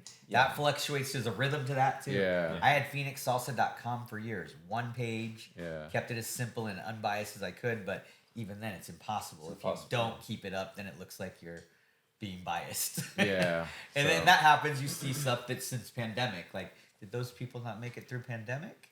Yeah, you wonder about them, right? Yeah.